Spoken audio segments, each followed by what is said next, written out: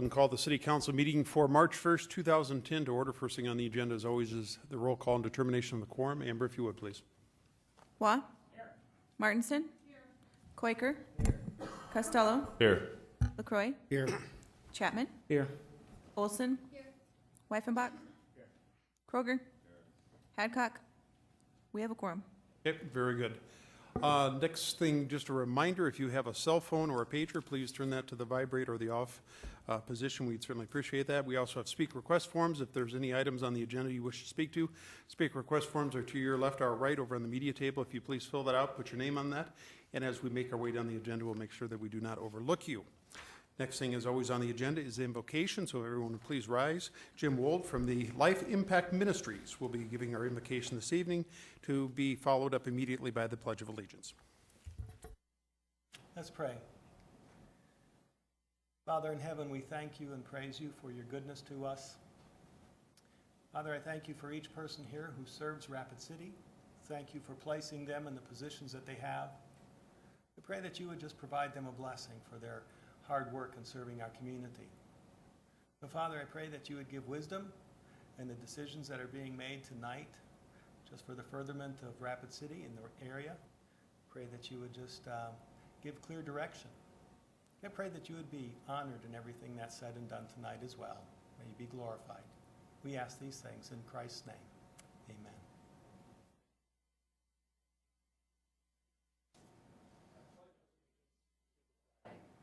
United States of America, and to the republic for which it stands, one nation, under God, indivisible, with liberty and justice for all.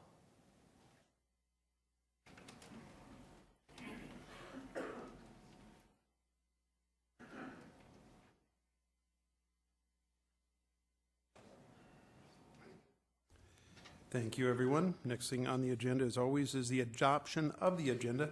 I do want to make sure that everyone looks at their agenda. We did have an amendment that was placed on there. It's item number 89. Please make sure your agenda says amended. If not, we do have an item number 89 we'll be taking up. With that, any additional items that we need to add to tonight's agenda, please turn on your light. Let's go to Alderwoman Deb Hadcock. Thank you, Mary. I'd like to do an update on grants and stimulus money. Thank you. Grants and stimulus money.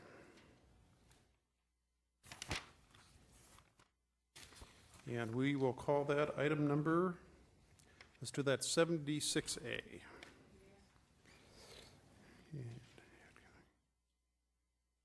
Any other items to be added to tonight's agenda? Please turn on your light. Any other items? If not, the chair would look for a motion to approve the agenda, and we are approving the amended agenda with item 89 and also including an item 76A, which is an update on grants and stimulus funds. Chair would look for a motion. So moved. We have a motion and second for approval of the agenda as amended. Any discussion on that motion? Any discussion? Seeing none, all those in favor signify by saying aye. Aye. Opposed? Motion passes. Thank you, everyone. We're on to the approval of the minutes of the February 16, 2010 City Council meeting. Chair. We have a motion and a second for approval. Any discussion on that motion? Any discussion? Seeing none, all those in favor signify by saying aye. Aye. Opposed? Motion passes. Thank you, everyone. We are on to awards and recognitions. We do not have any tonight, so we will move on to the general public comment period. This is the time for members of the public to discuss or express concerns to the council on any issue not on the agenda. Actions will not be taken at tonight's meeting on any issue not on the agenda except by placement on the agenda by the unanimous vote of the council members present. Is there anyone in the audience that has any item or any discussion on any item not on the agenda? I have no speaker request forms. Very good. We will move on. We are on to the non-public hearing items. These are items 1 through 77 inclusive. 1 through 77 inclusive. Chair will look for a motion to open the public comment period on 1 through 48 inclusive, please. So moved. We have a motion and a second to open the public comment period for items 1 through 48 inclusive. Any discussion on that motion? Any discussion? Seeing none, all those in favor signify by saying aye. Aye. Opposed? Motion passes. Let's see. I do have one speaker request form. Item number 5 from Craig Lewis. speaking on behalf of the Black Hills Area Habitat for Humanities. Again, we do time this. You'll have your 3 minutes. So, Craig, why don't you go ahead and identify yourself? I know what report you're going to give, and happy to hear it, but go ahead and identify yourself, and the floor is yours, sir. My name's Craig Lewis, and I'm the manager of the Black Hills Area Habitat for Humanity Restore here in town. And I'm here in hopes that you will pass item number 5 tonight and allow us to begin working with the city to put a building out on the landfill so that we can divert construction materials from the landfill to the Restore to help eliminate some of the items going up into the landfill, lengthen the life of the landfill, and to help Habitat for Humanity to build more houses for low-income families here in Rapid City and the Black Hills area. And I'm kind of getting ahead of the game, but I'm hoping to say thank you now. So, thank you. Very good. Thank you, Craig. And by the way, congratulations on your grand opening this weekend, I think is what you're calling. My understanding, you got a very good turnout. Congratulations on that. I have no further speaker request forms on any items 1 through 48 inclusive. Anyone else from the audience wish to speak to any item 1 through 48 inclusive? Not, the chair would look for a motion to close the public comment period 1 through 48 inclusive. We have a motion and a second to close the public comment period. Any discussion on that motion? Any discussion? Seeing none, all those in favor signify by saying aye. Opposed? Motion passes. We're on to the consent calendar, item 1 through 43 inclusive. 1 through 43 inclusive. Any items need to be pulled from the consent calendar, please turn your light. I do have item number 30 that I know we need to pull. Let's go to Alderman Aaron Costello. Thank you very much, Mr. Mayor. I would like item 5 pulled, please. Item number 5, got it. Let's go to Alderman Lloyd LaCroix. Thank you, Mayor. Item number 12, please. Item number 12. Thank you. Let's go to Alderman Ron Weifenbach. Thank you, Mr. Mayor. 23, 24, and 25. 23, 24, and 25. Very good. Get everything cleared off here. Okay. Any additional items that need to be pulled from the consent calendar? So far, we're dealing with the consent calendar, item 1 through 43 inclusive, with the exception that we're going to pull items 5, 12, 23, 24, 25, and item 30. Any other items?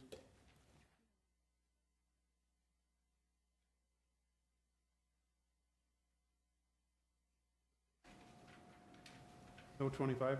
Alderman Weifenbach? No, just 23 and 24, Mr. Mayor. Okay, very good. Yep, the other items on a non-consent. Do you still want to pull 23 and 24? No. Okay. Okay, very good. Let me just restate what I'm looking for a motion. I'm looking for a motion to approve the consent calendar, items 1 through 43 inclusive, with the exception of item 5, 12, and 30. And Chair would look for a motion. We have a motion and a second to approve the consent calendar, items 1 through 43 inclusive, with the exception of item 5, 12, and 30. Any discussion on that motion? Any discussion? Seeing none, all those in favor signify by saying aye. Opposed? Motion passes. Thank you, everyone. We are on to item number 5, and we'll go to Alderman Aaron Costello. Thank you, Mr. Mayor. Item number 5 is authorize the mayor and finance officer to sign a memorandum of understanding between the City of Rapid City and the Black Hills Area Habitat for Humanity for operation of a reuse center at the city landfill, and I move for approval. We have a motion and a second for approval. Discussion on that motion. Let's go to Alderman Aaron Costello. Thank you very much, Mr. Mayor. I've been on excuse me, I've been on record before talking about how great this is to have this opportunity, and it falls right in line with our solid waste master plan. Well, the reason I pulled this is because I wanted to publicly apologize. You had a speaker request form at the last Public Works meeting, and it got lost in the shuffle of papers, and I greatly apologize. But thank you very much for your efforts in this. Okay, thank you. You know that never happens at the City Council. Only when Aaron's running the meeting. No, he does a great job. Very good. Motion on the floor is for approval. Let's go to Alderwoman Karen Olson. Thank you, Mr. Mayor. I, too, would like to applaud Restore for their efforts with at the landfill. I also want to thank Craig specifically. He's been attending the Green Cities meeting, so he is really very much aware of what the city is working on and the community, and so we thank him for that, and that continued grassroots involvement of citizens like Craig and others with our recycling efforts is going to immeasurably as I understand it in one of the discussions with HDR, we're adding 100 years to our landfill by the efforts that are being made, which is a huge, huge feather in the cap of Rapid City. Thank you. Let's go to Alderman Sam Quaker. Thank you, Mayor. I just wanted to say thank you to the other members of the landfill task force. We had discussed this, I believe it was more than a year ago, and at that point it was just a dream. And there was a lot of work that went into looking into this, and I believe that this will extend the life of the pit, and there will also be a lot of opportunity, I think, for the community to benefit from the items that would otherwise be thrown away. So it's very exciting, and I wholeheartedly support this agreement. Thank you. Thank you. Any further discussion? The motion on the floor is for approval. We're dealing with number 5, which is to authorize the mayor and the finance officer to sign a memorandum of understanding between the City of Rapid City and the Black Hills Area Habitat for Humanity for the operation of a reuse center at the city landfill. Any further discussion? Let's go to Alderwoman Deb Hadcock. I'd like to also thank Jerry Wright and Robert Ellis for all their hard work out there and getting this job done with Habitat. They couldn't have done it without them, and they work very hard for our city, and we really appreciate all the work they do. Thank you. Thank you. Any further discussion? The motion on the floor is for approval. Seeing no further lights, all those in favor signify by saying aye. Opposed? Motion passes. Alderman Costello, could you please read in item number 12, please? Certainly. Item number 12 is to authorize staff to conduct a neighborhood meeting to discuss the traffic signal at East St. Patrick Street and South Valley Drive, and I move for approval. We have a motion and a second for approval. Any discussion on that motion? Let's go to Alderman Lloyd LaCroix. Thank you, Mayor. I just wanted to pull this from the consent calendar in case anybody's watching the meeting for next week, that they're going to conduct a neighborhood meeting on this. I've received several concerns on this light on South Valley Drive, and the mayor's office has received calls also. And at the Public Works meeting, a question was asked, why are we wasting the money on this? And that's to do the study and have the neighborhood watch meeting. And the reason is because we've had concerns on both sides. One, not wanting it, and others concerned of having to put back up. And we did clarify that it is, insurance covers the light, so it's a matter of conducting a neighborhood meeting to get their input to see what's best for that area.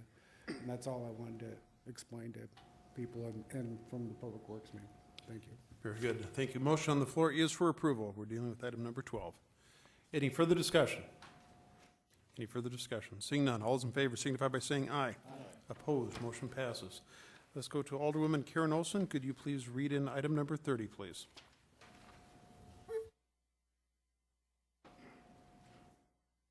Item number 30, resolution number 2010-016 to amend the City of Rapid City compensation plan by making changes to the following positions.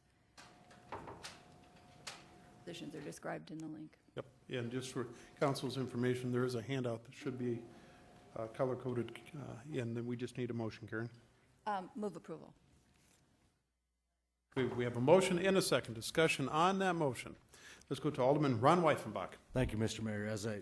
As I see these items here, this is the handout here, the one I wanted to pull, I guess, earlier, talking about the changes in the classification and also the payroll of some of these. I'm trying to see how that, being this outside of the budget, and we've been trying to be held tight to our budget as we have in the past here. I'm trying to see, Mr. Mayor, what would be the overwhelming or compelling reasons that we'd want to move forward on this. And I guess that question would be addressed to the chair. Okay. I'm going to go to Kevin Tome, who is our Community Resource Director, who has HR, and he can probably answer that question, then I can chime in. Mr. Tome? Thank you, Mr. Mayor. And that handout was provided as clarification based on the questions from the Legal and Finance Committee, so hopefully that clarified those questions. In terms of absorbing this fiscal impact now, it would be absorbed within the particular department's budget, so there wouldn't be any increase to the budget at this point in time. And if somebody takes on additional duties or responsibilities, and I'll use community development specialist as an example since that position reports to me, We either need to compensate the position for the duties they're doing and performing, or we need to not give them the additional duties and give those to somebody else. And in the case of Barb Garcia as a community development specialist, and she's taken on a number of programs and then also taken on supervision of code enforcement and the reentry coordinator. So we've put a lot of additional items on her plate. And so when somebody's working duties that are above and beyond the class are typically assigned, they should be compensated for it. Okay. Let me add in also, there's actually 4 different items, job titles that we're looking at. The 2, which is the evidence specialist, going from a grade 11 to a 12, that was at the request of some employees through ASME. They asked that we look at the reclass on that. That was sent through Condrey, and they did agree that it should go from 11 to a 12. The other one, which is the 3rd one from the top, which is a landfill attendant, there again there was some discussion as far as the responsibilities. These folks are actually in the scale house by themselves, dealing with money, and they do have a lot of responsibility. And there again, Condrey did agree that that should go from a 9 to a 10. Kevin, did I misrepresent anything? That's correct. And then, of course, the bottom one, which is the community development specialist, which is Barb Garcia. We're changing not only her grade, but also her title to reflect more directly her responsibilities, as Mr. Thom just announced. She has taken on additional responsibilities. The reentry coordinator now falls under Barb. That's a new responsibility. And we did move the 3 code enforcement employees under Barb's supervision. Alderman Weifenbach, you Thank you, have the Mr. floor. Mayor, and I appreciate that opportunity to go over those things. I still feel that this would be in the framework of our budget. I know we had these discussions in the past. I think I particularly will probably hold to that decision that, it's a good budget time decision, understanding that, during times when times are tough, I think even all the citizens of Rapid City are finding themselves in a position of taking on more responsibilities, having their hours cut or whatever, just to make it through some types of these situations. Not that I don't agree that, in some regards it may be appropriate, but in this positions, in regards to where our budget is and what we're looking at and the process that usually takes place on these items, I would much prefer that this was a budget item and reintroduced during the budget time. Thank you. Thank you. Let's go to Alderwoman Deb Hadcock. I appreciate the work you did on this, and you did explain it well on the absorbing it into the other departments. It's not going to add to the budget. Am I correct? Mr. Thom, I think that's just what you said. Mr. Thom, I think the question is, will we have to go back and supplement anything in the budget? The answer is no. Thank you, sir. So the only issue I have in this is, I understand we're absorbing it in the budget, but just looking at the community development specialist, I did talk to Kevin Thom. She gets a $2,500 or $2,500 raise. I think code enforcement in this case is going to take more of just having one person that already does a workload that is over, works very hard for the city. And it's not like we don't mind people taking on other responsibilities, but again, code enforcement is a big issue in Rapid City, and we have made it so we are tightening our reins, changing our rules. I think we're going to need to find either a person that does that all by themselves and is in charge of them, or doing a different kind of compensation of how we do code enforcement. So on this, I won't be agreeing with this today because of that. Thank you. Thank you. Let's go to Alderman Aaron Costello. Thank you, Mr. Excuse me. Thank you, Mr. Mayor. So it's now understood that there's no increase to the budget through this change. So is it safe to assume then that cuts were made in other areas of the budget? No. I think I can answer that. Typically what happens is we always budget at 100% of our FTEs. And at any given time, especially let's use the first one, which is the evidence specialist, which is the PD. They have about 100 employees, and at any given time, there are usually a couple different vacancies. So there is available funding to make that change from 11 to a 12. Is that correct, Chief? And there again, I just a reminder, this was actually brought to our attention actually through ASME, and typically the process is whenever you have employees in the union who feel that their responsibilities have changed, there is a process where they can actually request basically Condrey to go in and actually look at and determine whether or not it's appropriate to change either the title or specifically the grade. Thank Mr. you. Costello, you still have the floor. Thank you very much. So, if I understand correctly, the money came from other open positions? Yes, okay. So, does that then affect the salary range that we can offer someone when we find someone to fill the open position? Mr. Tillman? I guess I don't believe it does. I mean, if you backfill a position, then hire somebody into it, like at a step A as opposed to a step D or something? Is that a question for me? Well, I'm trying to clarify what you're looking for. Me too, all right. I'm trying, okay, the way I understand it is we have X amount of money that is right now just sitting there not being used because we don't have people filling that position, correct? We are using Y, a small amount of this X, to increase the salary amount of these 4 positions, right? So now the money we have left over is X minus Y. Does everybody follow me here? Okay. You can tell he's an engineer. So X minus Y is inherently smaller than X. If X is the amount of money that we had to pay whoever we were going to hire next, doesn't that mean that we won't be able to offer the open positions as much money? Let me, As high of a salary? let me try this. Chief, your overall budget's about $12 million. Is that correct? Yeah. And if that's about 80% of that would be salary? Okay, so we're, out of the roughly $9 million in the salary for the police department, what we're looking at is probably making adjustments of about $3,000. So there certainly is that flexibility. And quite honestly, whenever we budget salaries, it's always going to fluctuate not only because of open positions, but also because of new hires. All through the year, you may have someone who is, say, a grade 12 and is at a, say, an I for a step. That person either resigns or retires, and we hire someone back in, and we're going to hire them at a 12A.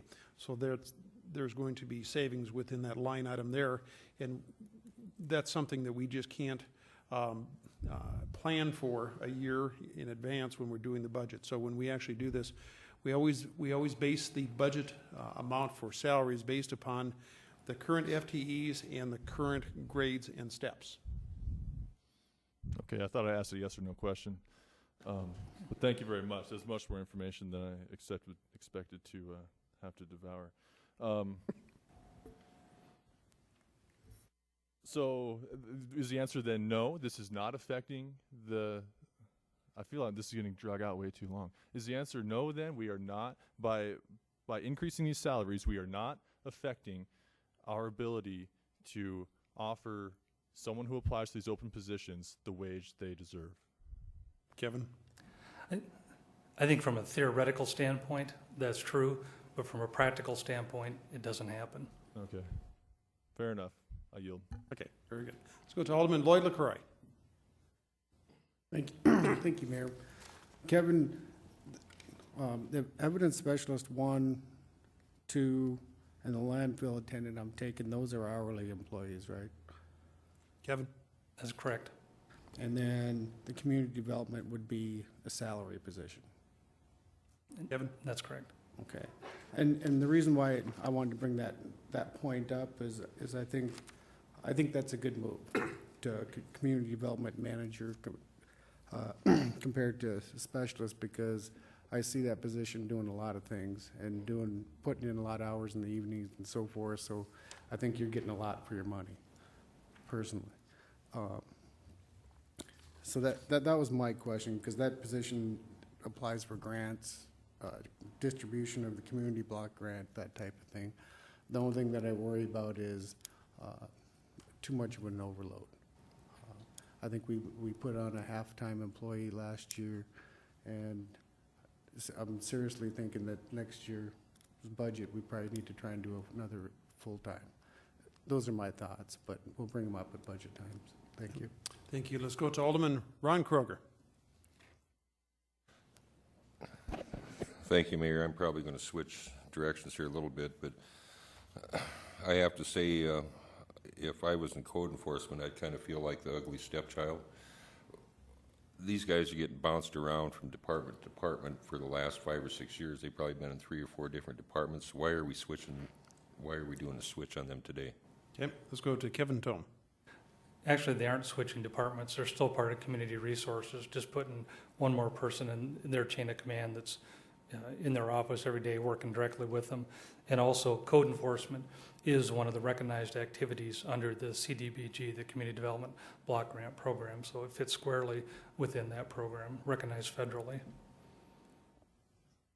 So there's still, so code enforcement is still going to be under your department, Kevin? That's correct. Okay, thank you. Okay. Further discussion? Motion on the floor is for approval. Any further discussion? Seeing none, all those in favor signify by saying aye. Opposed? Okay. Let's do just a real quick roll call, if we could, please. LaCroy, Aye. Chapman, Aye. Olson, Wyffenbach, Kroger, Hadcock, Wah, Martinson, Quaker, Costello. That's 7 yes, 3 no. Okay, motion passes on a 7-3 vote. Thank you, everyone, for the discussion. That does take us to the end of the consent calendar. We are on to the continued consent calendar. This is items 44 through 48 inclusive, 44 through 48. Now let me turn to Marcia. Do we need to pull any of those, Marcia? Okay. How about from the council? Do we need to pull any of the items 44 through 48 inclusive? If not, the chair would look for a motion to approve the continued consent calendar, items 44 through 48, per the recommendation in the agenda. Okay, we have a motion and a second. Any discussion on that motion? Any discussion? Seeing none, all those in favor signify by saying aye. Aye. Opposed, motion passes. Does take us to the end of the continued consent items. We're on to the non-consent items. These are items 49 through 77. 49 through 77 inclusive. Chair would look for a motion to open the public comment period on items 49 through 77 inclusive, please. So moved. We have a motion and a second. Any discussion on that motion? Any discussion? Seeing none, all those in favor signify by saying aye.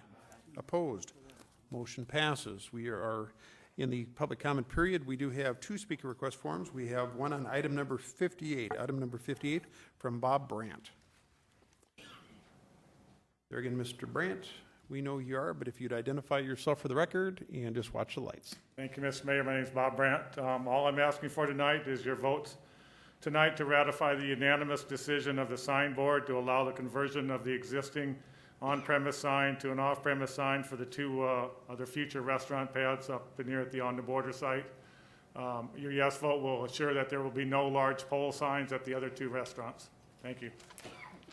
Thank you. We also have a speaker request form from Darlene Kramer. Item number 61.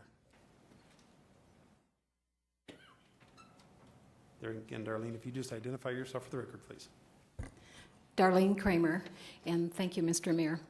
I'm here tonight representing Kirk Funeral Home regarding a special event application for free parking for a movie date, which was held on February 19th. Kirk Funeral Home has been giving free senior movies for several years as a way of giving back something to our seniors of Rapid City. We do not do a presentation, and the seniors are not obligated to use our funeral home in any way. We submitted a special event application on February 9th and discovered we were late in submitting the request, and we apologize for being late. The planning of events recently became the responsibility of my office, and my assistant and I now understand that we should have submitted the request in January. We were first told the parking would be okayed, and later received a call saying it would not, and the request needed to go before the council. So that is why I'm here tonight. We had over 400 seniors attend the movie at the Elks Theater in downtown Rapid City. This is the highest number of seniors we've ever had attend a free movie.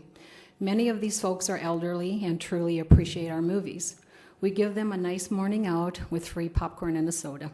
Many times I've been told that these folks haven't been to a theater for 20 or 30 years. We purchase door prizes to help promote Rapid City, and the majority of time these door prizes are from downtown businesses. And in the past, my business card has been placed into the parking ticket envelope if a parking ticket was issued. The attendee had until 12:30 p.m., allowing them time to attend the movie and get back to their vehicle. The tickets were then dismissed. We feel this gives them ample time to enjoy the movie and perhaps stop in and do a shopping stop in downtown Rapid. I believe 59 tickets were issued on February 19th. Therefore, Kirk Funeral Home is asking your consideration to dismiss these tickets so we can continue to offer free senior movies. We have 3 more scheduled for the year, and the special event application has been submitted for review. Thank you so much for your time. Thank you.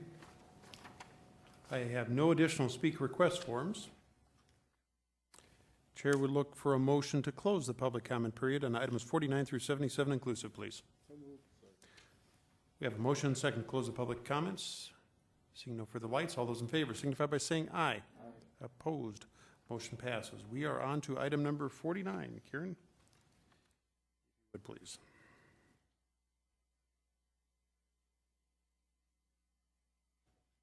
Item 49, first reading of ordinance 5587, an ordinance amending section 17.06 of Chapter 17 of the Rapid City Municipal Code, rezoning the within described property as requested by the City of Rapid City for rezoning from no-use district to general commercial district on property located adjacent to Elkvale Road between School Drive and Lancer Drive. My motion is for approval. Second. We have a motion and second for approval. First reading of ordinance number 5587. Any discussion on that motion? Any discussion? Seeing none, all those in favor signify by saying aye. Opposed, motion passes. Item number 50, please.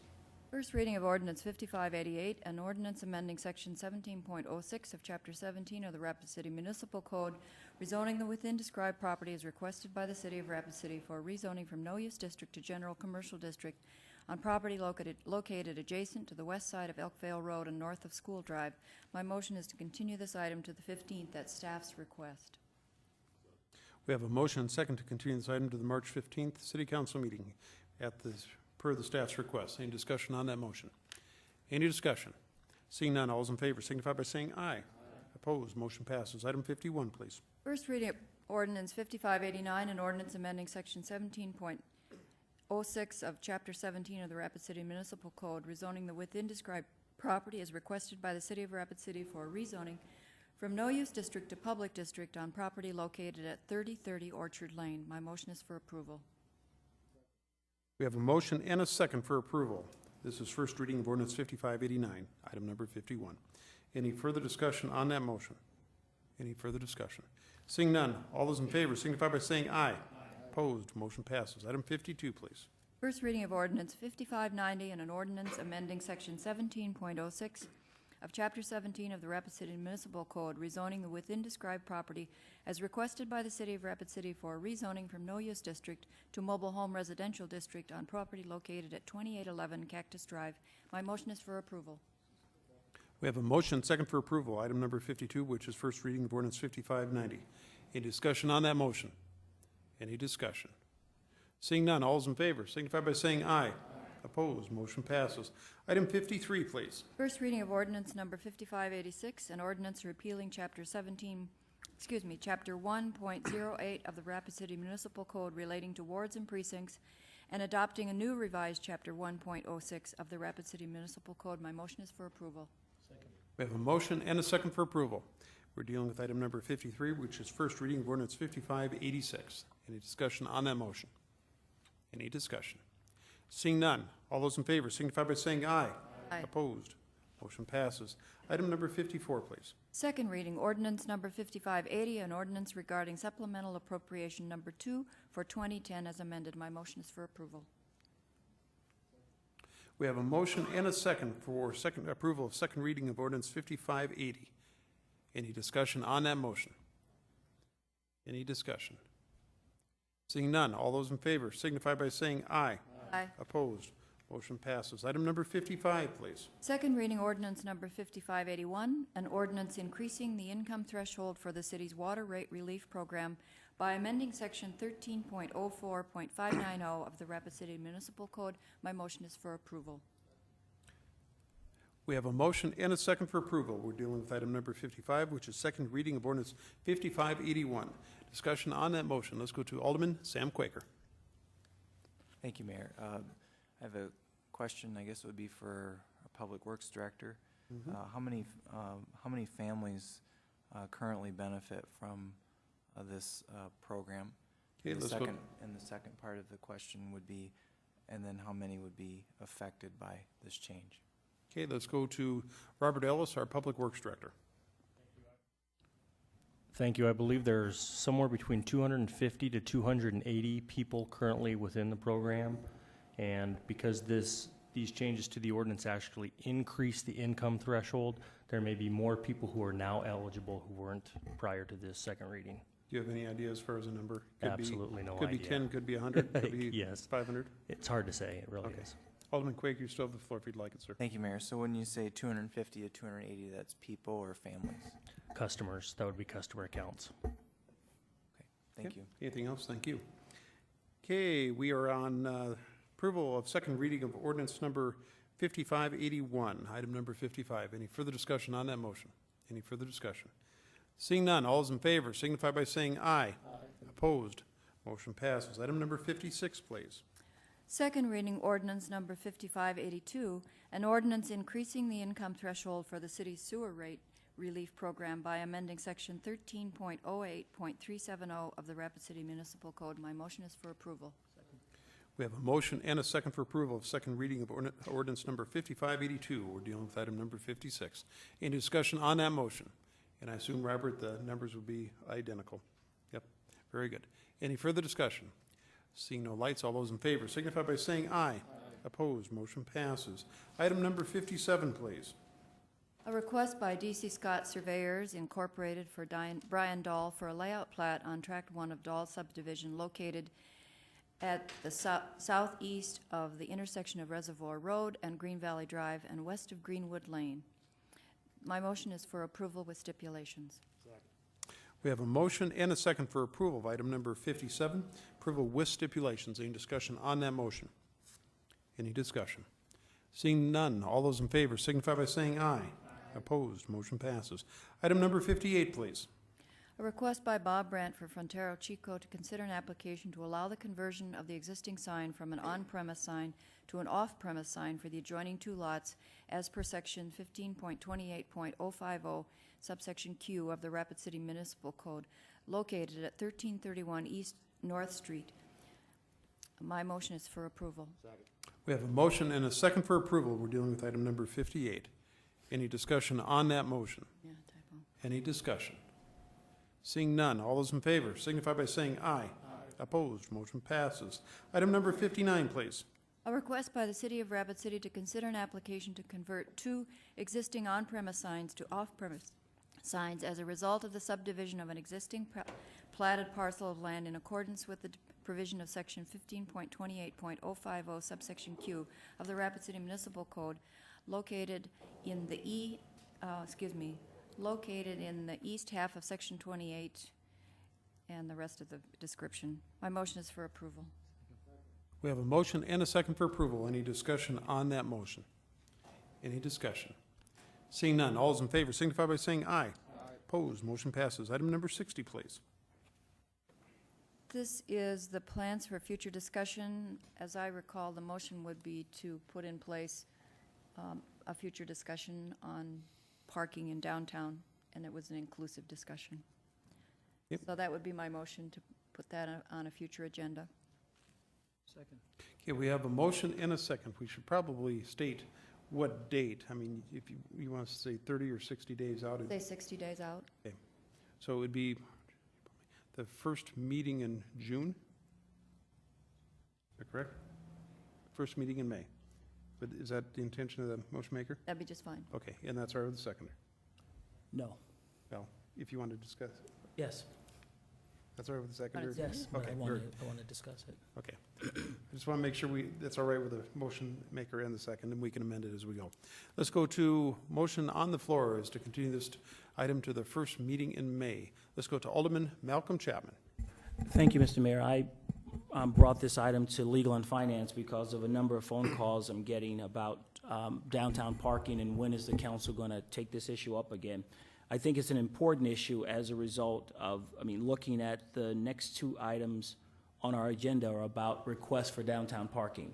So I just think it's an important issue, and in light of the action that the council has taken as it relates to the DID, as it relates to the St. Joe project, I think it's an important discussion to have.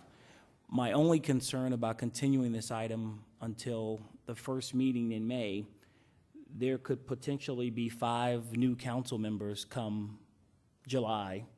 So we're going to start this discussion in May and then potentially elect a new council or half a council in July and then start the discussion again. I think it's important to start, so if we're going to continue it, I would say continue it to the first meeting in July once that new council is seated and really give that council an opportunity to really take this issue up and do something with it. But in the interim, we're going to continue to get requests, as Mrs. Kramer said. They've got 3 other requests like the one that's on here that's going to happen this year. But I would make a substitute motion to continue the item until the first meeting in July. Okay, do we have a second? Second. Okay, we have a motion and a second, which is a substitute motion to continue this item to, it looks like July 5th. I assume we're going to have that. Jason, is it 6 because of the 4th on that Sunday? Okay, so it'd be July 6th. Discussion on that continuation motion. Karen, did you have any other comments? Okay, let's go to Alderwoman Deb Hadcock.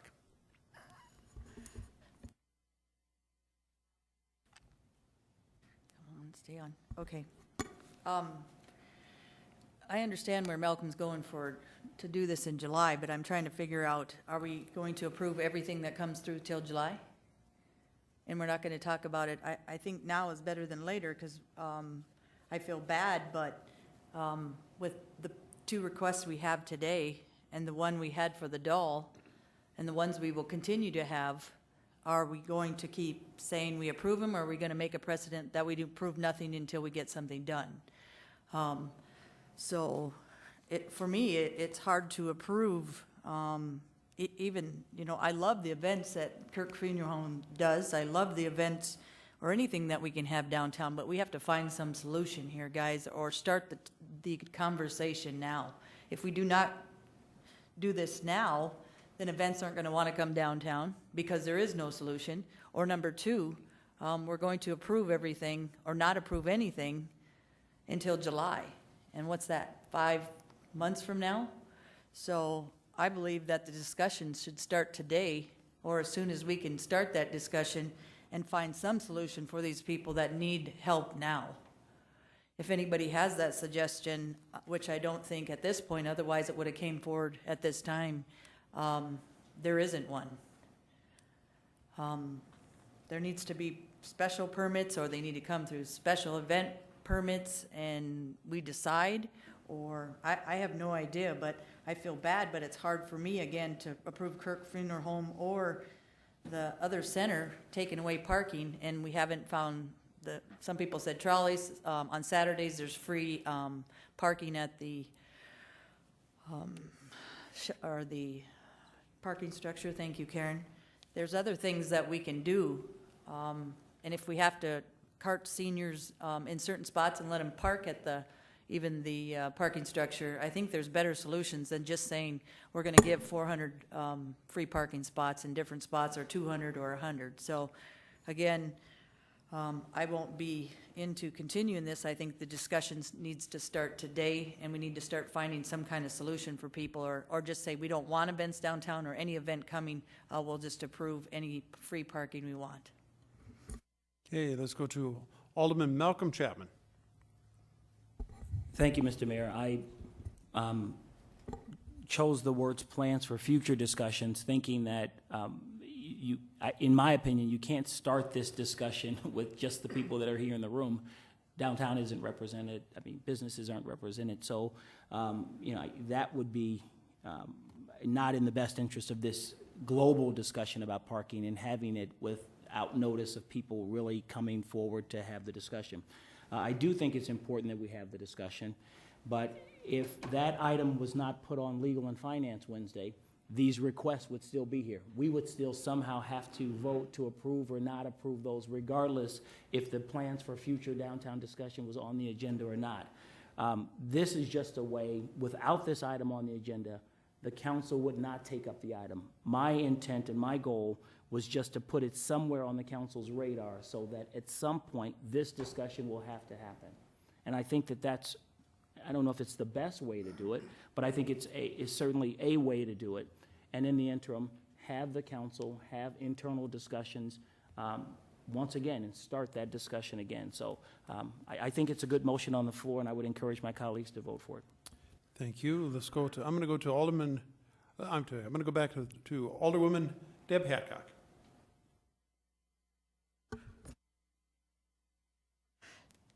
This button's not coming on. I agree, this discussion needs to happen, but I still believe it needs to start now.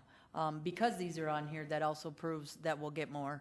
I think we can put it on the agenda for Legal and Finance to form a committee, again, to look at future discussion of downtown parking, and that can start today, and then people can start that discussion, and even if you change people, at least they have some suggestions and something to work from. So, again, I won't be in favor of the motion on the floor. I would like to start the discussion and put that on Legal and Finance at the next meeting, and I'll let this item do what it needs to do right now. Thank you. Let's go to Alderman Bill Waugh. Thank you, Mr. Mayor. I just have a question. Over the last couple of years, hasn't there been a parking committee? Was there minutes kept? I would think we could just reactivate, assign new people as needed, review, start the meetings of the new committee with the discussions that were held over the last couple of years, and start it as soon as possible. I agree with Deb. Let's get the ball rolling. Thank you. Thank you. Let's go to Alderwoman Karen Olson. I was really wondering if what Bill is proposing, which is accumulating information, bringing something forward so that we begin to think about this, I don't see any problem with that happening prior to July 6th. And in fact, probably would be time ahead, even when new folks or as the council is reconfigured. You would still have a baseline group of information that would have been talked about recently, and I don't see that that's, I would say that that would be a good possibility to have happen so that on July 6th, we really hit the ground running, because we will already have looked at the old minutes, we will have talked to, we could even have talked to some various downtown groups who have opinions about this, and certainly analyzed the requests that have come in the last 3 or 5 years. So I would say if that becomes the interpretation for this, which I would think it could be, then it seems to me like this makes sense, because now we could still take some action to accumulate information and begin informing ourselves of the current status, and then we're prepared on July 6th to move forward in a more energetic way. Thank you. Let's go to Alderman Ron Weifenbach. Thank you, Mr. Mayor. I think that this is more closer to a two-prong type approach in parking downtown. You have all these short-term requests coming up in the immediate future, and we know, I've sat up here long enough to know that there's going to be more of them coming forward for the Sturgis rally, and then we're all going to sit up here and go, well, we have no way to really tell what's what. So I would be in favor of doing something in the short term for these parking special event permits and those types of things that we already know exist. I mean, we have the file, I would assume, from people who requested last year. There was some people that got denied for reasons unbeknownst to me. It would behoove us to get a hold of those people ahead of time, because they're the actual citizens of the city, not us entirely. And so if we could have some sort of a short-term resolution for those people, so when they come forward, they know what to expect. So they don't come up here, go through the process, and we deny them. Some people, and then we approve some people depending upon what they represent or who they are. So I would appreciate the opportunity to have maybe, I understand Alderman Chapman's position on a long-term downtown parking solution, because they've had, since I've been here, I've seen a couple, 3, maybe 4 different plans, and over the course of, it had taken over the course of several years. So just so to be able to get something under control here, I think that if we started early with just a focus on resolving those issues that are going to come in the near future within the next 6 months, the parking events and those type of things, I could support something like that. So, thank you. Thank you. Deb, have you spoken twice to this item, or? Can't do that because I think you've spoken twice, so my apologies, I can't recognize you. Okay, Alderman Weifenbach. Thank you, Mr. Mayor. I'd like to make an substitute motion to reform the parking committee and look for the future downtown parking, as explained by Alderman Hadcock. Put it on legal and finance, so give us time for Alderman Green to not chew me out.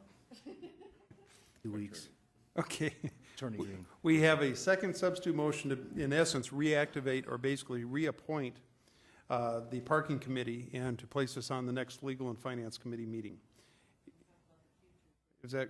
Yeah, and talk about the future downtown, and at the same time address these small issues in a microcosm, and then the future issues, as Alderman Chapman alluded to. Thank you. Okay. Okay. So we have a second substitute motion, and that is to reappoint the task force, parking task force, and to actually place us on the next legal and finance committee meeting. Jason, do we need to separate this out into 2 votes? We can take it up as one, can't we? I mean, in essence, what we have is we have 2 different motions here. We basically have a motion to basically reappoint the parking task force and then to also place an item on the agenda. They're germane enough, we can group those together, can't we? Well, Mayor, I think there's some clarification that's needed. Is the intent to place on the next legal and finance agenda the appointments to the committee, or is it to place on the legal and finance agenda a discussion about the ordinance that's already been drafted? I'm unclear about how these things are coming together here. Let's go back to Alderman Ron Weifenbach. It's your motion, sir. I'm comfortable with either way. Okay. Well, whatever we need to do to move something forward, for God's sakes. Here's my suggestion. It doesn't do a whole lot of good to place something on the agenda to discuss it if you're going to actually form the task force. That's what the task force is there for, is to actually discuss it. So, yep. So my recommendation is to actually place an item on the next legal and finance committee requesting that we reappoint members to the parking task force. Okay? That is the second substitute motion. Thank you, Mr. Mayor, for your articulation. You're welcome. Further discussion on that motion. We're on the second substitute motion. Did we get a second, Amber? Okay, do we have a second? Yeah, we have a motion and a second. Discussion on that motion. Let's go to Alderman Malcolm Chapman. Thank you, Mr. Mayor. I appreciate Alderperson Hadcock's motion. I'm sorry, Alder Weifenbach's motion.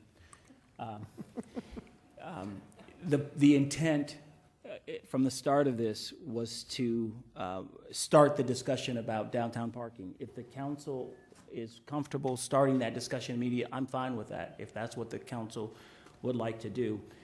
It would seem to me to do that, and I will vote in favor of this motion, but it seems to me to do that is to set ourselves up for more heartache, because come July, if I were a new council member, I would say, I was not a part of that discussion. I need to hear this again, and I think we will rehash. But if that's the intent, if the council thinks that there's enough information out here already to start that process, then let's start the process. Just a question for our city attorney. We had this long discussion sometime in the fall or whenever we had the whole parking discussion. My understanding is that parking committee didn't go away. That parking committee did its work, made a recommendation to the council, and then that item belonged to the council. So are we taking the item now away from the council and giving it back to the parking committee to say, make recommendations to us again? Is that the intent? Or is the intent to have the discussion by the council again? Okay, very good. Did you want to direct that question specifically to anyone? I don't know if our city attorney or someone who made the motion. Let's go to Jason Green, our city attorney. Well, I think I can address part of it. My recollection is that the council received a recommendation from a parking committee that was in the form of an ordinance at one point. I believe you approved first reading of that ordinance, and that second reading has not been approved. As far as the intent of the council at this point, I think you've got to have that discussion amongst yourselves. I don't think I can speak to that. Alderman Chapman, you still have the floor, sir. I can count, and I can count votes, and it seems as if the council is moving in that direction. But I just would like the council to know what we're asking to be done. So I think what I'm hearing is that we're going to give this item back to that committee again, restart that process almost from scratch, and then ask for them to come with recommendations again for the council. That's what I think I'm hearing. If that's the intent, that's okay. I don't think that's the best way to move forward. But again, my intent for putting this item on the agenda was to start the discussion again, because I think it's an important discussion to start. Those are my comments. Thank you. Let's go to Alderman Sam Quaker.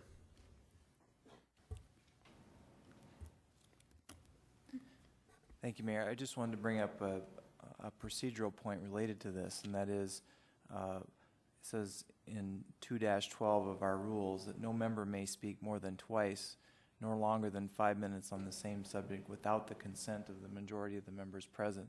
So, I realize that Alderman Hadcock had spoken twice on this, but as one of the representatives for downtown, and me being the other representative for downtown, I guess I'm kind of interested in hearing more of her thoughts on this motion, because I'm really not quite sure where I'm headed on this. And so, can we allow her to It's a have new little motion. bit of motion? Yeah, we're on our second substitute motion, so she has the opportunity to speak twice to the motion on the floor. But it's a new subject, and so I just wanted to make sure we were okay. We're good. Okay. Okay. Further discussion, just a reminder of everyone, this item was basically just, I hate to burn up 2 hours on this. We can continue on here, but, we should probably resolve it. And if all we're doing is spinning our wheels, probably the best thing to do is continue for 2 weeks and come back at it. With that, let's go to Alderwoman Karen Olson. Maybe the possibility would be to send this to the Legal and Finance Committee and let them bring forward a proposal, because I was going to suggest that reactivating this committee, it seemed to me wisdom to allow ourselves a little room to appoint people, because they've not been working on this for a period of time, and there might be the necessity for practical reasons of having other folks as a part of it. So I guess my question would be, is this something that we could talk about and sort of sort out in Legal and Finance, and then bring it back to the council for some final form that would meet the needs of the discussion? The second substitute motion on the floor is simply to basically reestablish or reappoint members if there's any vacancies on the parking task force, and to bring that back through the process. So the council will see this if Legal and Finance takes this up and makes a recommendation, council will see this in 2 weeks. Okay? Further discussion. Let's go to Alderwoman Deb Hadcock. Thank you, Mayor. I made the substitute because I think there needs to be a committee, and we need to start it today. I understand the future needs, and I also know that the ordinance, I think, was more about the meters. We did end up getting a parking garage and some other things done from that committee, so some positive things did come out. But one thing that didn't go through, I know, was the meter ordinance. I think a lot of the parking did not go through as well, because people were looking at the future and what was going to happen with 6th Street, the big President Plaza, what might happen with MSS. There's a lot of things that are getting redone. Kansas City was getting redone. So a lot of stuff did not happen, and a lot of people on the parking committee did not want to move forward on some of this. But this is really good discussion, and I think, again, it took us 4 or 5 years to get where we were at that parking committee. So I think council members will be rotating either way by the time we get all this discussion done. So I think it is good to bring it forward now and then keep that conversation going until maybe we get some better ideas or new ideas. And I think with new people in there at this point, we can find some of the solutions of some of these short-term things that we're having right now, and then add the future needs later. So I am in favor of taking it back to the Legal and Finance and getting the process moving for a positive look at, again, some of the downtown issues. Thank you. Let's go to Alderman Lloyd LaCroix. Thank you, Mayor. I agree with Vice President Mr. Chapman on, he wanted to have the discussions and realizing that we made it up to almost the second reading with the parking ordinance. And I have no problem sending it back to Legal and Finance, but I just want to remind the council of all the public meetings that are going to be involved in this. And we got 2012 coming up, and we're going to have lots of meetings with them too. So we're going to be very, very busy bees for the next few months. But I just wanted to, when it goes back to Legal and Finance, that's something that we need to kind of remember is we had a lot of public meetings on the parking, and I think we need to follow back. We'll have to go back through those steps again, which is a good thing. Thank you. Thank you. Let's go to Alderman Aaron Costello. Thank you very much, Mr. Mayor. I'd like to thank Alderwoman Hadcock for her statements and everyone's view on this, really.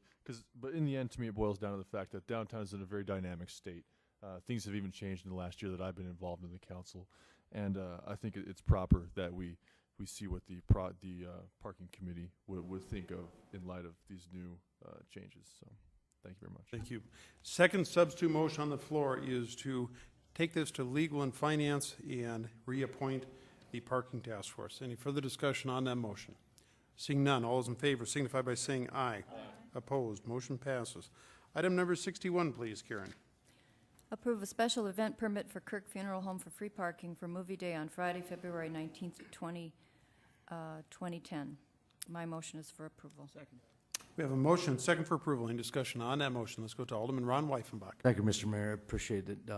Ms. Kramer had mentioned the fact that she'd already received 59 tickets. I guess I had a question for our city attorney. Can we include in our motion to wipe those tickets out?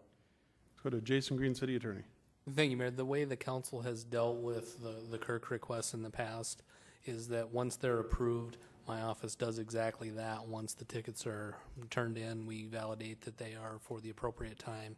So that's exactly how it will take place if the council approves this. And I appreciate that, Mr. Green, but I think she already has some existing tickets in her pocket that she'd like to relieve herself of.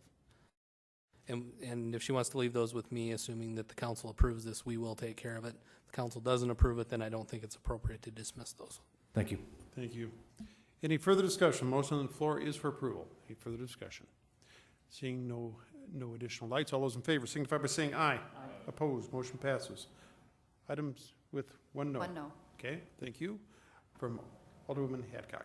Item number 62, please. Special event permit for Eastern Star Rapid City Masonic Center for free parking on Saturday, March 6, 2010. My motion will be for approval. We have a motion and approval for item number 62. Any discussion on that motion? Let's go to Jason Green, City Attorney. Thank you, Mayor. Just a clarification on the motion. Really what the council is directing here is that there be no enforcement in the area where they've requested, so it will be open to anyone. I believe that they understand that. We don't have a practical mechanism to assign these spaces to particular groups, and that's the way we typically handle these kinds of requests. Okay. Everyone clear on that motion? Okay, further discussion on that motion. Let's go to Alderwoman Karen Olson. Well, I just want to make the public statement that one of the dilemmas of this free parking is there's a loss in revenue. And one of the problems that we have had is there have actually been offers to pay those up front, but our city attorney's office feels there's some legal problems with that. So I think it's important for those of you in the audience who are listening to this to know that there is a financial commitment that is going on here, so that in the words of hundreds of people, there's no free lunch and there's no free parking either. So there is some loss that occurs every time we give free parking. And so that's my statement regarding this particular item. And then I have a question based on the discussion that has now occurred as to item 61. And maybe it's too late to ask that question. Item 61, we're beyond that. Is it germane to the motion on the floor? Well, you just said, Jason said there was free parking, which, and he said the way we handle that word free parking is we just don't enforce in a particular space. And so the question I'm asking, the words in the Kirk Funeral Home is free parking. So are we saying not enforcing at that location? Let's go to Jason Green, City Attorney. Thank you, Mayor. The difference between the two requests is really the day that they occur and the time. The Kirk request happens on a Friday, right in the late morning, early afternoon, when enforcement is highly desired. The request that's currently before the council is a Saturday afternoon when there's very little usage of those spaces anyway, so it's very easy not to enforce. If we didn't enforce on Friday around noon, we'd have a lot of complaints from downtown, and probably justifiably so. So we have different mechanisms for handling those those two permits. Okay, thank you. Let's go to Alderwoman Deb Hadcock. Thank you. Again, I'm not against Kirk Funeral Home, or the things that you're doing are very positive. We appreciate events, but we just need to find some solution with what we do. Parking garages are free on Saturdays, and I know I have a sister that works for one of the senior homes, and what they do is they use their buses, and then they bus them certain places. So even if you could have a bus service or the rapid transit or somebody, even the trolleys, come down to the garage and let them park there free and then be picking them up and taking them, it's free there. So it doesn't affect anybody that day unless they're parking in that garage on Saturdays for free. But it does give a solution.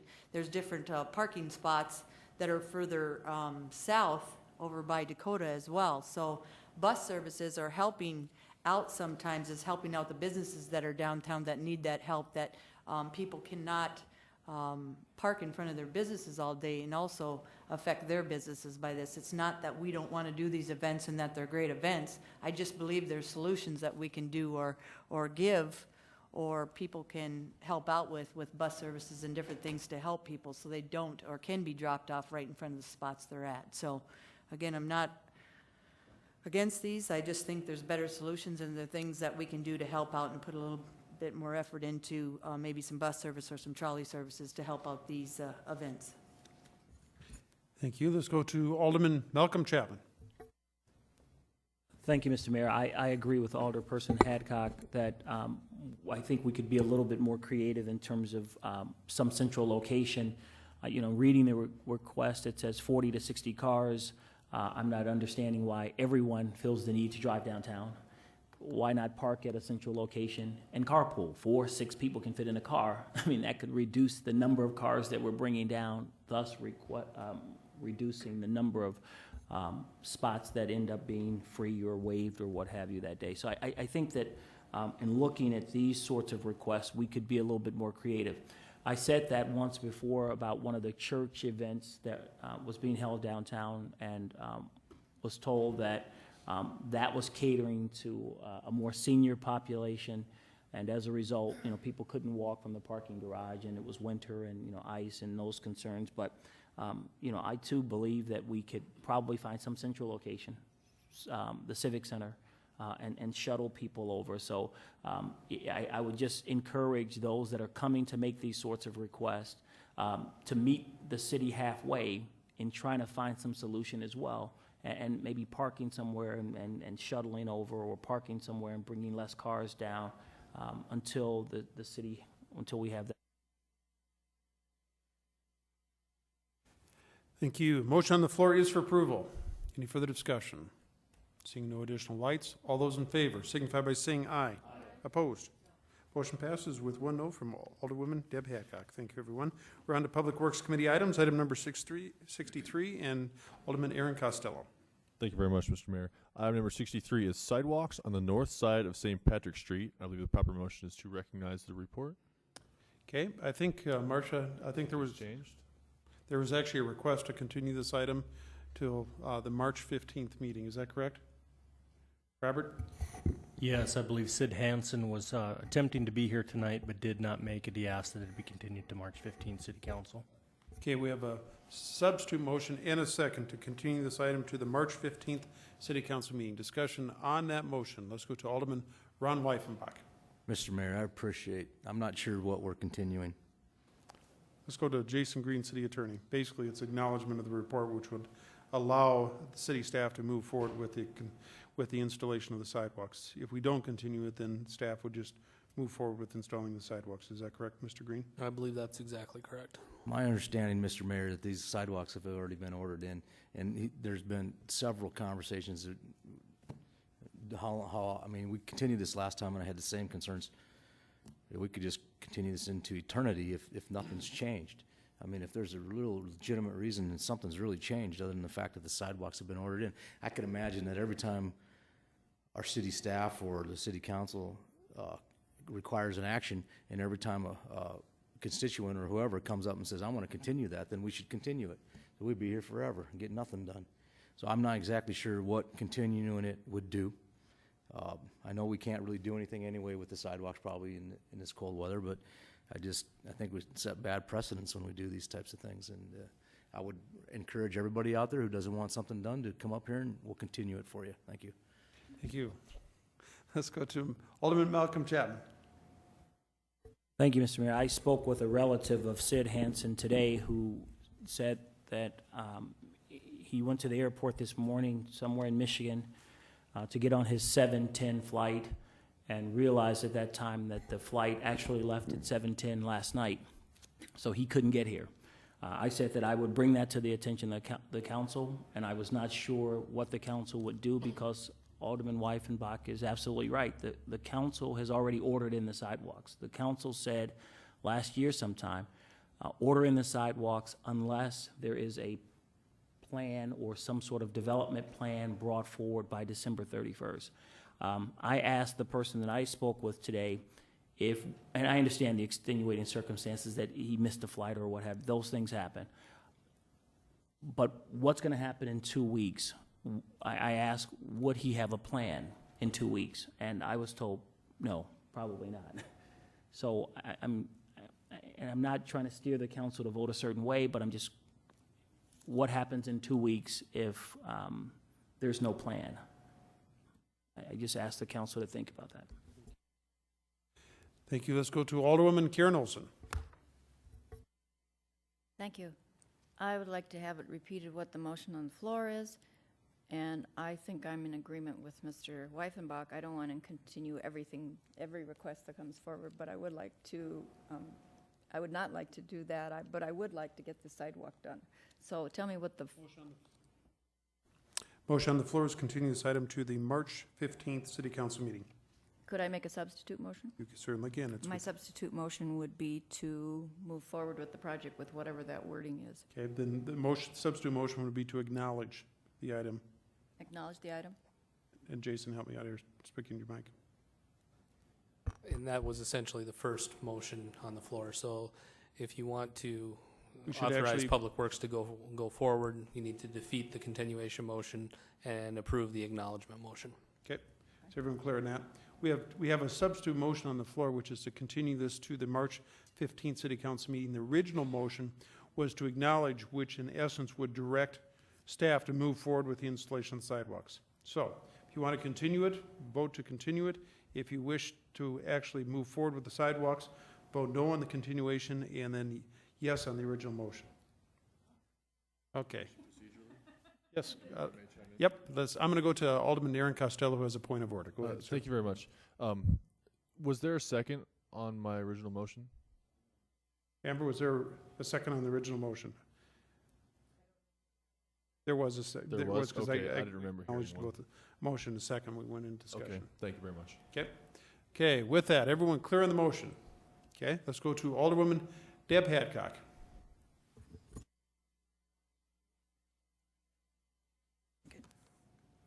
Don't we have a rule until somebody, when they're building something, until that's built, that we don't put sidewalks because they might build something later and then they'd have to tear the sidewalk back out? Let's go to Marcia Elkins. That has to do with your subdivision regulations and when someone is subdividing property, but the council has the right to order in sidewalks throughout the community anytime in accordance with state statute. So knowing that we don't know at this point if he's got plans or not got plans and he was going to come here, that we're going to go ahead anyway. I don't think this is based on just because someone wants something. I think if he comes forward and has plans and he subdivides it and he's going to have something, that makes my vote right there change. If he's just going to tell us to continue it like Mr. Weifenbach, then that's different. but again, he missed his flight. Yes, it might be excused, maybe he's just telling us that, but this is based on a constituent that we should treat like any other constituent, in the sense that, again, I can tell you one instance on Fifth Street, there's no continuous sidewalk on that right side, and I've been asking for years, why not? Because nobody's developing it. So there's a couple blank spots there that I've been asking for years to do, and we never ordered in sidewalks in. Because they told me I couldn't order in sidewalks, we had to build something on it. So then we come in Ward 2 on St. Pat Street, and now all of a sudden we can order them in this area. So let's be fair on where we're ordering in sidewalks. If we're going to do that, let's go ahead and do it down there, because I can tell you it's very much walk compared to St. Pat Street. And I'm into sidewalks, and I'm into doing this sidewalk. If that's the issue, is he's not going to bring anything forward, there's not going to be any layout plat, but based on what Malcolm had just said, it could be one way or another, and he could have a plan. So on March 15, if he has no plan, I know where I'm going. If he doesn't have any plan and he just wants to keep continuing this, that tells us. But at least let the constituent come up here and speak for himself. Thank you. So I won't be in favor of this motion. Let's go to Alderman Lloyd LaCroix. I believe the motion on the floor is still to continue, isn't it? Or is that- Motion on the floor is a substitute motion, continue this item to the March 15th City Council meeting. Thank you. I just wanted to clarify that with Ms. Haggard. And I agree with what she's saying. You know, we just went through this with Spring Creek future land use. We continued it on, so we get the input. And so I think good things do come from it. This is a touchy subject. We've had plenty of information come forward. The email from the landowners that stated he wanted to be here, and I think that's important to be heard. I mean, it's everybody wants that kind of respect if it's affecting their property, and I would definitely ask that continued on if I had this problem too. So I realize that this is an acknowledgement, but I think he's probably got something to say. He's invested a lot of time and money in the reports that he's brought forward to this council, and you know, I respect his input, and if he says he's going to be here, I think we should continue it on and give him the opportunity to be here to present his side, whether it's right or wrong, or just an acknowledgement he doesn't have the plan. I think we owe our property owners that much respect. Thank you. Thank you. Let's go to Alderman Malcolm Chapman. Thank you, Mr. Mayor. A question for Jason. Okay. I will vote to somehow include the property owner in this discussion reluctantly, because I think we've been down this path. The property owner was here, and the council said, come back with plans by the end of the year, or the sidewalks will be ordered in. The property owner did not come back with plans. I question if he'll come back with plans on the 15th. I guess my question for the city attorney, in my mind, we've already voted on this item. We voted already to say, here's the deal. You come with plans, or the sidewalks will be ordered in. We're voting again on the same thing. My question is there some mechanism to say that if there aren't any plans presented, if we continue this item to whatever meeting, we continue it, and there aren't plans presented, that the sidewalks are ordered in and there's no vote? To me, we already voted. Let's go to Jason Green, City Attorney. Thank you, Mr. Mayor. You have already voted, and this is not a question of you need to present plans or the sidewalks will be ordered in. They've already been ordered in. The property owner is requesting relief from that order. So at this point, the last vote from the council was go install the sidewalks. Given the council's previous action to delay that order to allow the time for the landowner to present development plans, Public Works brought this back as a report saying, we intend to go install the sidewalks because there has been no development plans presented. So at this point, all Public Works is waiting for is the council's acknowledgement of that intention or direction to go do it. I think they're holding off because they know that there's been this request. The council has granted the request previously. They want to be sure that the council is fully on board with implementing the decision that's been made. Alderman Chapman, you still have the floor, sir. Thank you, Mr. Mayor. So we're not voting to see plans or not. We're voting to give him relief from this altogether. Motion, let's restate. The motion on the floor is simply to continue this item until the March 15th meeting is actually the motion on the floor. And I guess my question, based on what the city attorney said, is to what end? Yep. To what continue it to, To allow the property owner to be here to either present plans and ask for leniency in the timing of the presentation, or for the property owner to ask for complete relief. I don't know what he will request when he appears before you, but that's the purpose and the continuation as I understand it. Yep, thank you. Let's go to Alderman Aaron Costello. Thank you, Mr. Mayor. There's a lot of talk about plans. My question is for Marcia Elkins. Have you seen or heard anything indicating that development will occur in this area soon? Marcia? No. Thank you. I agree with many of the points that have been made. It has been a long time on this issue, but at the same time, the property owner has had opportunities to show up and speak and present his plans. At the same time, I do feel we owe it to the property owner to give them an opportunity to come up. So from that standpoint, I could certainly be in favor of the motion on the floor. And in regards to the comments made about 5th Street earlier by Alderwoman Hadcock, if there are sidewalks that are incomplete and there's a need, then by all means, let's continue to better our community by continuing our efforts towards a contiguous sidewalk system. Thank you. Thank you. Let's go to Alderwoman Deb Hadcock. But based on this, if he came forward at this time with plans based on our ordinance, then he wouldn't have to build sidewalks until that layout plat was done. So then it would put this null and void as well. So we made that ordinance once you show the layout plat and you're going to build, have a development there. So that's what I'm saying. If he decides to do that, if he does not again on March 15th, I'm not going to vote to continue. There isn't any reason. Plus, we can't build sidewalks right now anyway. So we're not hurting by 2 weeks. So either way, we're going to give him his voice. We can't build the sidewalks right now, and we're going to order him in. And again, it'll give relief from this order. It would if he's building something there. Again, you're not going to build the sidewalks before the development is done. So if he has nothing, either way, we either having a layout plat or having nothing, and you can't build sidewalks now. So bottom line is you're not going to hurt anything by 2 weeks, and they can't do anything with it right now. Thank you. Let's go to Alderman Ron Weifenbach. Thank you, Mr. Mayor. I don't know why we're rehashing the fact of whether the sidewalks were ordered in or not. At that time would have been the perfect time for anybody to make their argument. I'm not sure. Again, I say I don't want to set the idea that every time we set something in motion that someone can come and continue and continue and continue. Last time this was continued, and you can check the record, I said the same thing. What's going to change today? And I come here today, nothing's changed.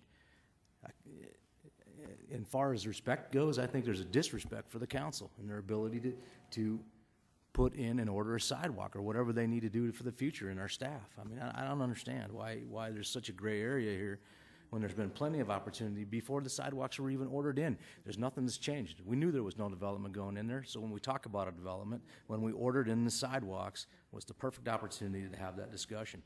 We had the discussion. He knew the rules. He knew he had till December 31st to bring forward his plan to develop this land. December 31st came and went, we continued. After that point, we continued again, and here we are today. And I asked the same question, what will change? There's no answer. We keep hashing out the fact of whether a sidewalk should be built there or not. The fact of the matter still remains, we ordered the sidewalk in. The deadline was December 31st, and we're going to continue. So, thank you. Thank you.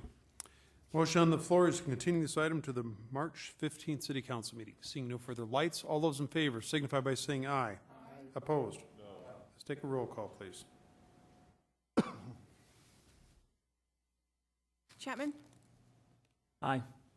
Olson? No. Weifenbach? No. Kroger? Hadcock? Wah? No. Martinson? Quaker?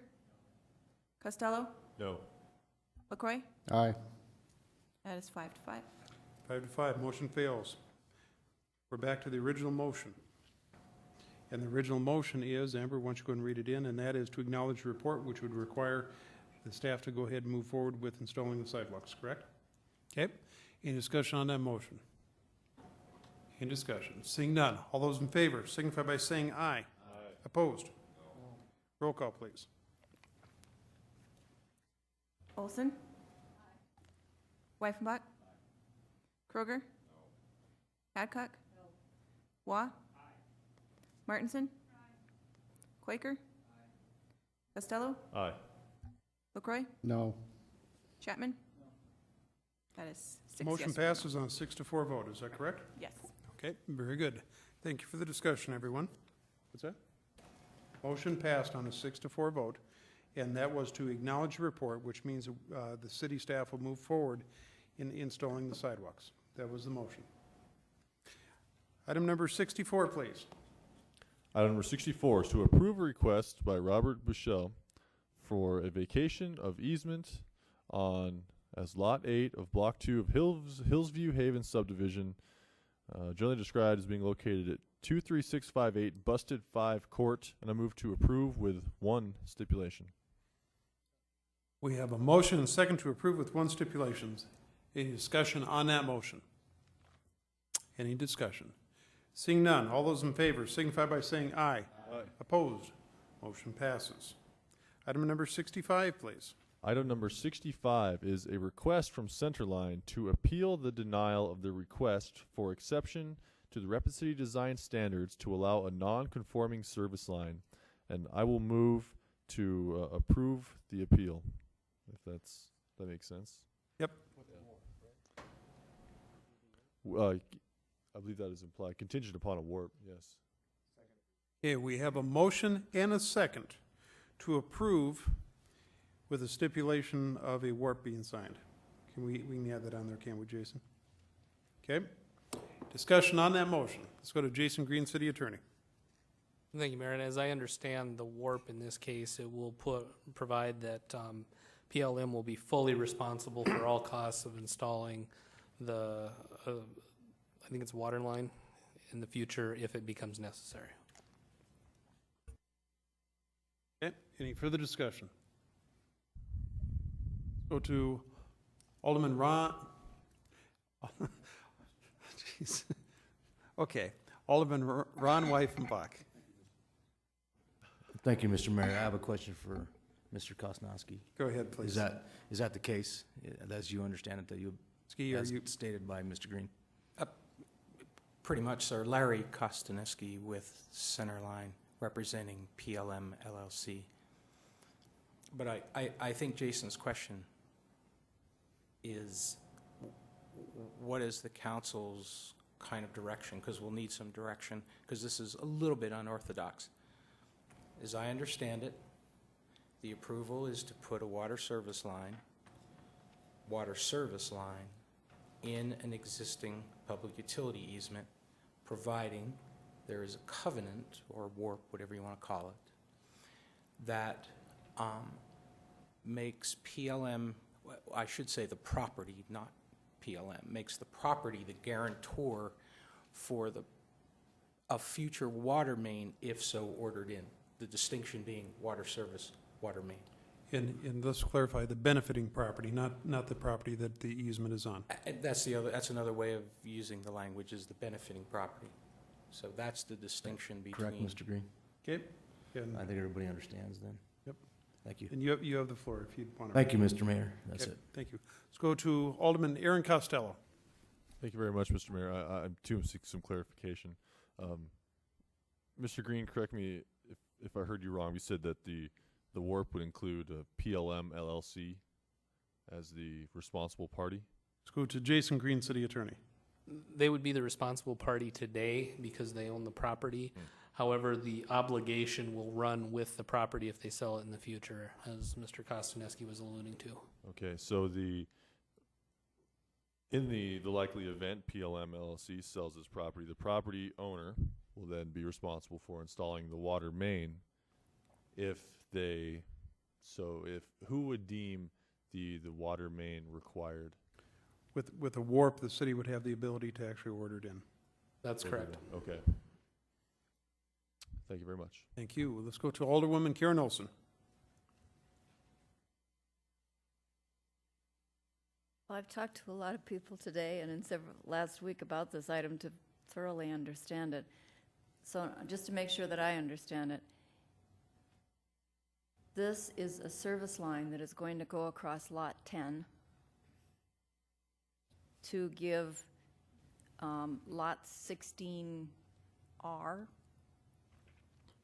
a water service line. Yes, ma'am. And in the event of a failure of that water service line, there would be a guarantee that the property owner of 16R would pay to install a main along in the public utility easement that goes across Lot 10. Let's go. Yes, ma'am, that's one possibility, but I think the intention is from staff, my own understanding, I think Jason's understanding is, if the water service fails, just like anybody else's water service, the owners of Lot 16 are required to fix their own water service. The distinction being, if the city determines that a water main has to be extended from Dunbar Court to the west, PLM, or the owner of that lot, since it runs with the land, will be responsible for paying the cost of that water main. So it isn't just if the water service fails. I mean, water services fail all the time. That's exactly right. If the city determines there's a need for a main, they can order it in. And that main would go to Conestoga Yes, ma'am. Court? I assume that's where it would go, yeah. Okay. Absolutely. All right, thank you. I think I understand this one then. Motion on the floor is for approval with the condition of the signing of a warp. Any further discussion on that motion? Any further discussion? Seeing none, all those in favor signify by saying aye. Opposed? No. Motion passes with one no from Alderman Chapman. Thank you, everyone. Thank you for your time. Item number 66, please. Item number 66 is request that staff explore options for a neighborhood meeting at the development at Catron Boulevard and 5th Street, either a separate meeting or a meeting as part of the hearing process, and report back at the city council meeting. I will, do we have to put a date on the city council meeting, or should we say at a city council meeting? Why don't you go ahead and put the March 15th? At the report back at the March 15th city council meeting, and I move for approval. We have a motion and a second for approval to ask staff to come up with some alternative dates and locations to hold a public hearing dealing with Catron Boulevard and 5th Street development. Discussion on that motion. Let's go to Patty Martinson. Yes, thank you, Mayor. I brought this up because there was a lot of concern in my ward about the location of the Walmart. So I wanted to bring this discussion up for a broader discussion with just more than just the people directly affected by it, but more for the entire population of my ward. Okay. Thank you. Motion on the floor is for approval, and that is to request staff to look at alternative times and dates and locations of a public meeting to discuss the Catron Boulevard and 5th Street development. Further discussion. Let's go to Alderman Ron Weifenbach. Thank you, Mr. Mayor, and I'm sure that this is a very sensitive item in that area over there. I've received several phone calls, several emails, and discussed it with a lot of people, and I'm sure that at the same time the staff has too. I would just request that they, and they keep me in the loop on this somehow with the emails or a phone call or whatever, and I'm looking for Marcia. Oh, she's over there, okay. So I think she has done a good job so far with it, and I just wanted to thank her for being so responsive to the neighborhood over there. They've been very happy with her responding to them and helping them through the process over there. So I just wanted to be kept in the loop on this and as we move forward. Thank you. Thank you. Further discussion. Motion on the floor is for approval. Seeing no further lights, all those in favor signify by saying aye. Aye. Opposed, motion passes. To the bids, Mr. Preston. You're sideways on us there. There we go. Thank you, Mayor. We have 10 items on the bill, or on the bid summary this evening. First one is the utility cut Portland concrete replacement for the water division. We received 3 bids as listed. Staff is recommending accepting the bid from Lester Robbins Construction Incorporated in the amount of $61,625. We have a motion and a second to award the bid to Lester Robbins Construction, Inc. for a total of $61,625. Any discussion on that motion? Any discussion? Seeing none, all those in favor signify by saying aye. Opposed, motion passes. Next item is one new current year model tandem dump truck with snow plow attachment. We received 4 bids as listed. Staff is recommending accepting the bid from Sanitation Products Incorporated to include the truck less the trade-in for a total of $111,361. We have a motion and second for approval to award the bid to Sanitation Products, Inc. for a combined total with trade-in of $111,361. Any discussion on that motion? Any discussion? Seeing none, all those in favor signify by saying aye. Opposed, motion passes. Next item is the ready mix concrete. We received 1 bid as listed. Staff is recommending accepting the bid from Hills Material Company in an amount of $70,367.50. We have a motion and second for approval to award the bid to Hills Materials Company for a grand total of $70,367.50. Any discussion on that motion? Let's go to Alderman Bill Waugh. Thank you, Mayor. Would someone explain to me the $63,000 on the advertising authority? Okay, let's go to Robert Ellis, Public Works Director. That was our estimated cost of the project before we did the bid opening. It's simply just taking some of the contract prices that we've seen recently, and we came up with our estimate, of course. You see the bid award is a little over $70,000, so it was a little bit higher than our engineer's estimate. We do have the budget to award this project, though. Mr. Wall, you still have the floor, sir. Thank you, Mayor. My next question would be, with building down, especially in the concrete area, why isn't concrete coming down? I mean, you figured 63,000, or someone figured 63,000, but it still came in at 70,000. Let's go to Robert Ellis, Public Works Director. Yeah, that's a good question. We've actually been monitoring all of our unit bid prices, and what we've seen this year is that asphalt and concrete are not changing, they're not going down, but we are seeing significant decreases in grading, water, sewer, and drainage. I'm not sure exactly why the asphalt and the concrete prices are not changing, though. I don't have a good answer for you. That would be something I think would be interesting to know, is why concrete in this area is not going down. So maybe at some future point we can ask some of the folks in the concrete industry why we continue to see increases in concrete when other building materials are going down due to the lack of demand. So thank you. Thank you. Motion on the floor is for approval of the Hills Materials Company bid, $70,367.50. Any further discussion? Seeing none, all those in favor signify by saying aye. Opposed, motion passes. Next item is hot asphaltic concrete. We received 3 bids as listed. Staff is recommending accepting a bid from Simon Contractors of South Dakota Incorporated in an amount of $156,900. We have a motion and second for approval of Simon Contractors of South Dakota, Inc. for a grand total of $156,900. Any discussion on that motion? Any discussion? Seeing none, all those in favor signify by saying aye. Opposed, motion passes. Item 71, please. Okay, thank you. It's limestone gravel. We received 1 bid as listed. Staff is recommending accepting the bid from Hills Materials Company in an amount of $86,531. Do we have a motion, please? We have a motion and second for approval. Any discussion on that motion? Let's go to Alderman Bill Waugh. I have the same comments on this one as I did on the concrete. I mean, with the limestone quarries that we have surrounding Rapid City, it just boggles my mind that we're paying $11,000 over the advertising authority. Thank you. Thank you. Any further discussion? The motion on the floor is to award the contract to Hills Materials Company for a grand total of $86,531. Further discussion. Let's go to Alderwoman Karen Olson. I would guess that along with Mr. Waugh's concern is, and why is there only 1 bid on this project? So. Barbara, why don't you just plan on bringing back a report to the next Public Works Committee meeting? Okay, Karen, you still have the floor, ma'am. Okay, very good.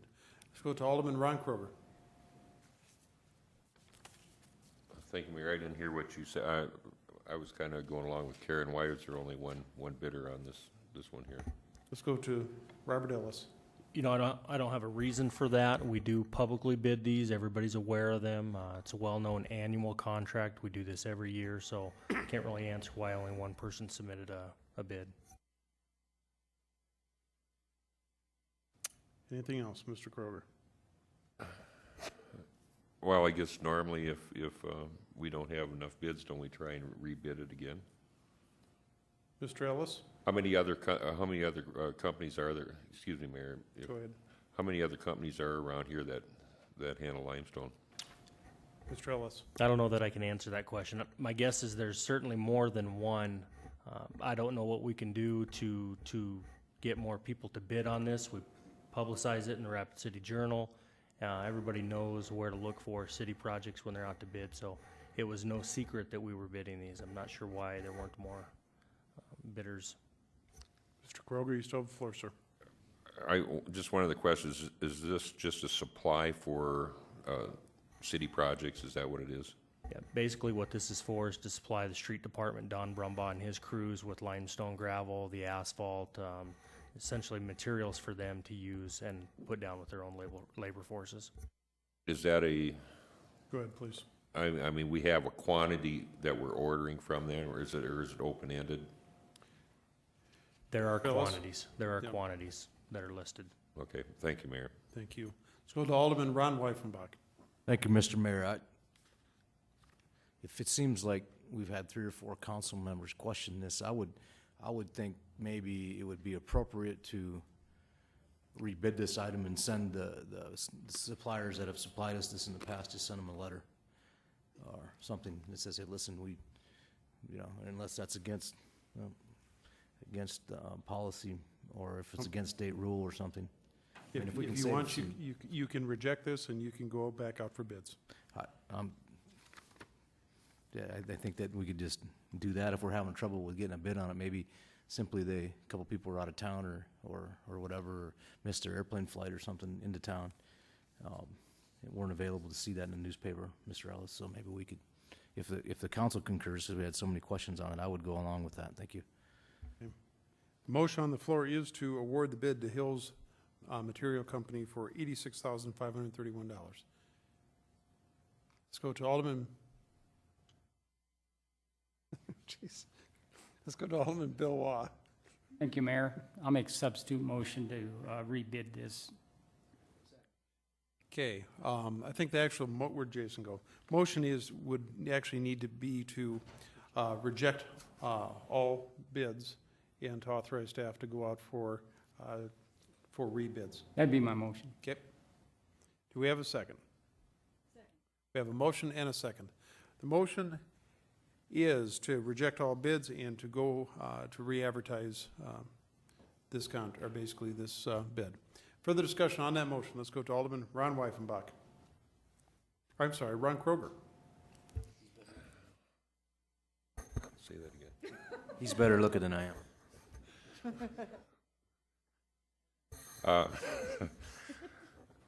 I was just looking at the previous bid that we did, and we had a little bit of discussion on it. I think it was the ready-mix concrete, and I noticed that Hills Material was the only one that advertised for that one also. So I don't know, maybe we're splitting hairs when we're looking at the limestone, because we already passed one bid where we only had one bidder on it. Thank you, Mayor. Thank you. Let's go to Alderman Malcolm Chapman. Thank you, Mr. Mayor. I share Ron's concern. I guess if we're going to look at the advertising authority, when it's higher and there's only one bidder, it seems to me that we're penalizing those that got their act together and submitted a bid. And why are we penalizing them? Because they submitted their best cost and no one else bid it. Now we're going to say, let's send this back out to everyone else and give you an opportunity. And really what the city is looking for is a lower bid. I think we're penalizing Hills Material. I don't know how we reject this bid based on what, and not reject the previous bid, which there was only one bidder. I think that that's a slippery slope to go down. I wouldn't advise us to go down that route. If I could, Mayor, just have a little latitude, if we looked at a couple of other bids that are on here, the advertising authority might be $75,000, and the bid came in at 64,000. Are we going to look at that just the opposite and now applaud Public Works for saying, okay, you got that one right? I don't think we should. If Robert says that the money is in his budget, you can't force people to submit bids around here. I think it's unfair to then reject these just based on there was only one bidder. Well, I applaud Hills Material for having their act together and bidding on projects around here. I would not support the motion on the floor to reject the bid, not based on what I've heard so far, because there's only one. Thank you, Mr. Chapman. Motion on the floor is to reject the bids and go back out for bids. Any further discussion? Recognize Alderman Aaron Costello. Thank you very much, Mr. President.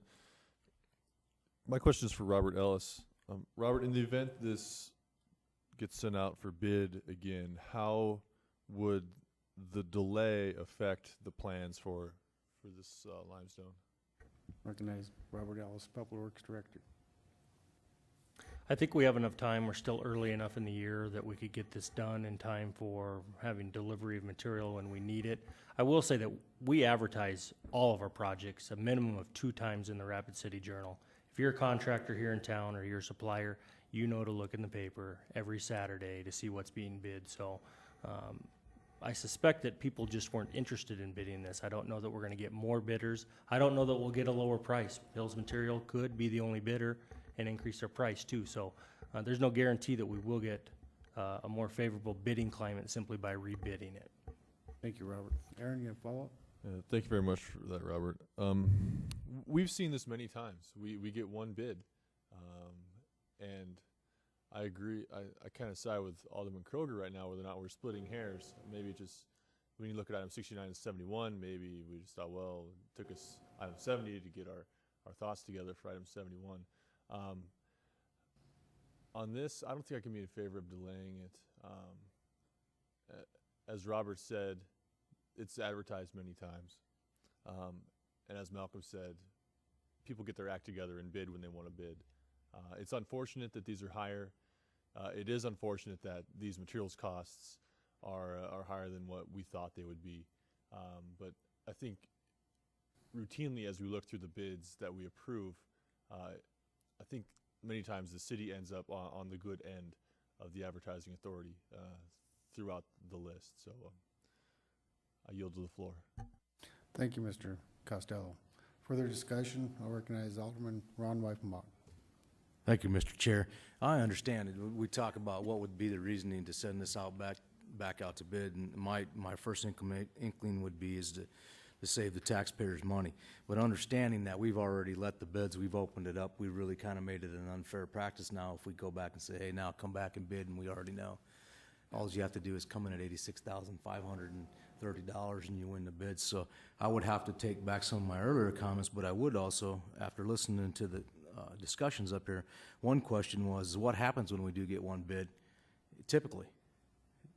And I think that we should maybe look at making a process or a procedure that says, if we get one bid, typically on something like limestone or gravel, and we know there's more than one person or whatever that would, on a continual basis, bid this item for me, I think we should, at that point, declare no bid and send a few letters out for whatever they are, 44 cents a piece or whatever, and try to see if we can accumulate a couple more bids. It'll just add one small step to the process, but I think in the long run, if it's an opportunity to save the taxpayers money, then I think we need to look at it. But at this point, I would have a tendency to agree. We may be splitting the hairs on this, and the bid's probably just fine. But as a matter of practice and process, I think that the council needs to look at the process overall and say, because the question was risen earlier, what do we usually do? Well, if we just put it back in the paper again, that obviously didn't create any excitement, because the same people would probably miss it at the same time again. I understand that there's a process of doing business that the city has, but I also understand if there's an opportunity that we can look at the opportunity to save the taxpayers some money, and it's going to cost us a couple of stamps and maybe 10, 15 minutes, and just mailing a letter out to a couple of people to say, listen, maybe you missed this in the journal, here it is. So with that being said, I think that would be the reasoning and the rationale. And I think overall, maybe we need to look at the whole entire process, or just this piece of the process, I should say. When we get one bid, we look at it and say, is it something that is, that we continually buy, and is there more suppliers, and did somebody just miss it in the journal for whatever reason? Thank you. Thank you. Let's go to Alderman Malcolm Chapman. Thank you, Mr. Mayor. I'm not sure what that process would be to rebid, but I don't think that we could just send letters to people and encourage them to bid. I would think that that would have to be advertised again. It would have to go back out through the entire process. Just a couple of questions along those lines. What does it cost to advertise for a bid?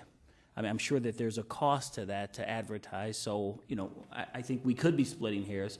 If the advertising authority is $75,000 and a bid came in at $86,000, and that responsible company came forth and put their best foot forward to say, we constantly hear tough economic times and all these. If organizations and companies want work, then I think they would bid. And those that have bid, I don't think we should try to penalize those that have bid. A question for Robert would be, if we rejected the bid, sent it back out, would the advertising authority change? About that, Robert Ellis, Public Works Director. Well, we know what the lowest bids are today, so I would guess that it would. Thank you. Jeez. Okay, let's go to Alderman Bill Waugh. Thank you, Mayor. I didn't think this would cause so much discussion. Anyway, my point was, the advertising authority is $63,000. We get one bidder at $70,000. It's $7,000, and I guess I get upset when I know we have 3 or 4 quarries that can bid, and I just didn't think the economy was that good in Rapid City where they're all not bidding. I guess I'm just trying to send a message out there that there's the bid, and we get one bidder. I mean, it just blows my mind. So, thank you. Thank you. There again, point of clarification. We are on item number 71, and the advertising authority $75,000, and the bid that came in was $86,531. Just, I didn't want everybody to get confused, because I am. Okay, further discussion. Let's go to Alderman Ron Weifenbach. Thank you, Mr. Mayor. I think sometimes discussion is appropriate when it comes to looking at potential savings. And I would have a question for Mr. Ellis. Go ahead, please. Robert, what is the procedure when we get one bid on an item that is frequently purchased from the city, and such as the limestone? Or we know that, like Alderman Waugh had said, that there's other. I mean, what is the process right now? The process is simply the bid award summary, the recommendation that staff gives to the council. We'll review the bid prices, whether it's limestone gravel, whether it's a street reconstruction project. If we get one bidder and it looks like they weren't very interested in the project, so they threw high prices at it, then we would recommend rejection. And then if we needed to break the project up smaller, do something different to get more people to bid on it, then we'd look at that. For something like this, there isn't really much you can do. It's gravel. You're buying gravel. That's it. I guess we could call around. We have good ties with everybody in the materials business, construction business. Visit with them to see why they didn't bid on it. Would they be interested if we rebid it? So it really depends on the type of project. But there have been times when we've recommended rejecting all bids when there was one bidder. Thank you, Mr. Ellis. So it wouldn't be inappropriate to ask you in a case like this in the future to we make a few phone calls if it can save us a few bucks. The taxpayers, they all add up. I mean, there's a lot of bids that are let out here. I just think what Alderman Waugh points out, a very important fact, that it's a readily available item. It's not a specialized item. And I don't know if people were always, considered, responsible or irresponsible in their manner of bidding those projects. Sometimes they get missed. I just think that if it's like you said, a courtesy of a phone call, you have very good relations probably with every gravel company. And the other thing that would be key to me is why aren't they bidding it? I think that you'd want to know why. Is there a shortage going on? Why, maybe that's the reason that the price is high. So I think that it makes a good process just to make a couple extra phone calls or even a letter or something, say, listen, we sent out this bid. Did you look at it? Did you see it? Whatever. And I think that Robert understands where I'm going with that. Thank you. Thank you. Let's go to Alderman Lloyd LaCroix. Thank you, Mayor. You know, there's been great discussion on this, and I have to admit, when the discussion first started out, it sounded like, yeah, we should reject the bids. I mean, we've done that, and the staff has recommended that in the past when we've had one bid and they felt it was out of line, and we rejected it and rebid it. But I think in this case, in the discussion, I think there's some good points made, you know. I mean, the businesses that did bid on these were on the ball and bid on them because they wanted the work. We didn't change the process of bidding in any other way. We didn't change it. I think if we start mailing letters out or calling people, I think that'd be just a little out of line, because then we might have somebody come up and say, well, I didn't get a phone call, and you're favoring this other company from us. You know, so I mean, we do the process to be as fair as possible to everybody. And I think when we advertise in the paper, like Robert says, they know when we do it. That's the time to bid. If this is the only one that we get, that's what we do. So I'm not going to support the canceling and rebidding on this, because I think the company that did the work would be penalized, because everybody would know what the advertising bid was. We'd have to change it. You know, I think it's good change, and I think it's unfair. So I'm not going to support the motion on the floor. Thank you. Thank you. Let's go to Alderwoman Deb Hadcock. I think one point I'm seeing is if I put 86 up there and I was Hills Material, and then you rebid it, and someone came in at 86,000 instead of 86,531, and they won, I'd be pretty pissed that this council went, not because I didn't save the taxpayers money, because that's what we're about, but you're playing a game with people up there if you're showing them the number and then coming back and wanting them to now change the number. I mean, we want to save the taxpayer money, but these guys are in business and they get 2 times to look in that paper. They advertise twice to go through that process. That's a pretty good accounting. And I know anybody that I've talked to that have been contractors, they check that paper if they're bidders. They always check the paper and they know when they come out. So if they didn't check, it's common sense to me that they might have missed it one time, but they probably didn't miss it the second time. And if you're looking for work and you're looking for business, I'm pretty sure you were looking to get that contract. So it seems, again, if it wasn't in there twice, I'd probably say advertise it again, maybe, because that would work.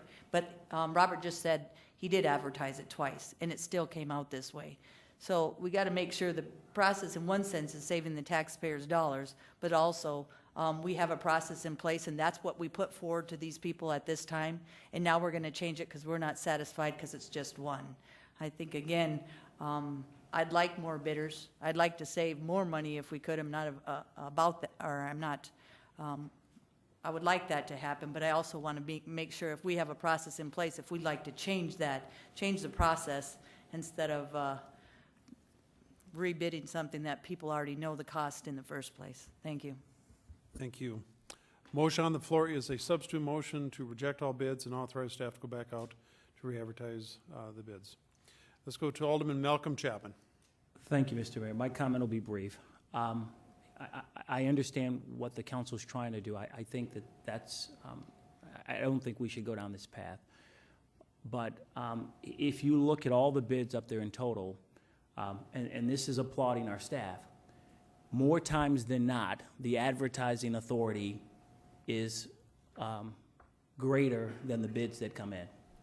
We're talking about a couple of different ones that it's reversed.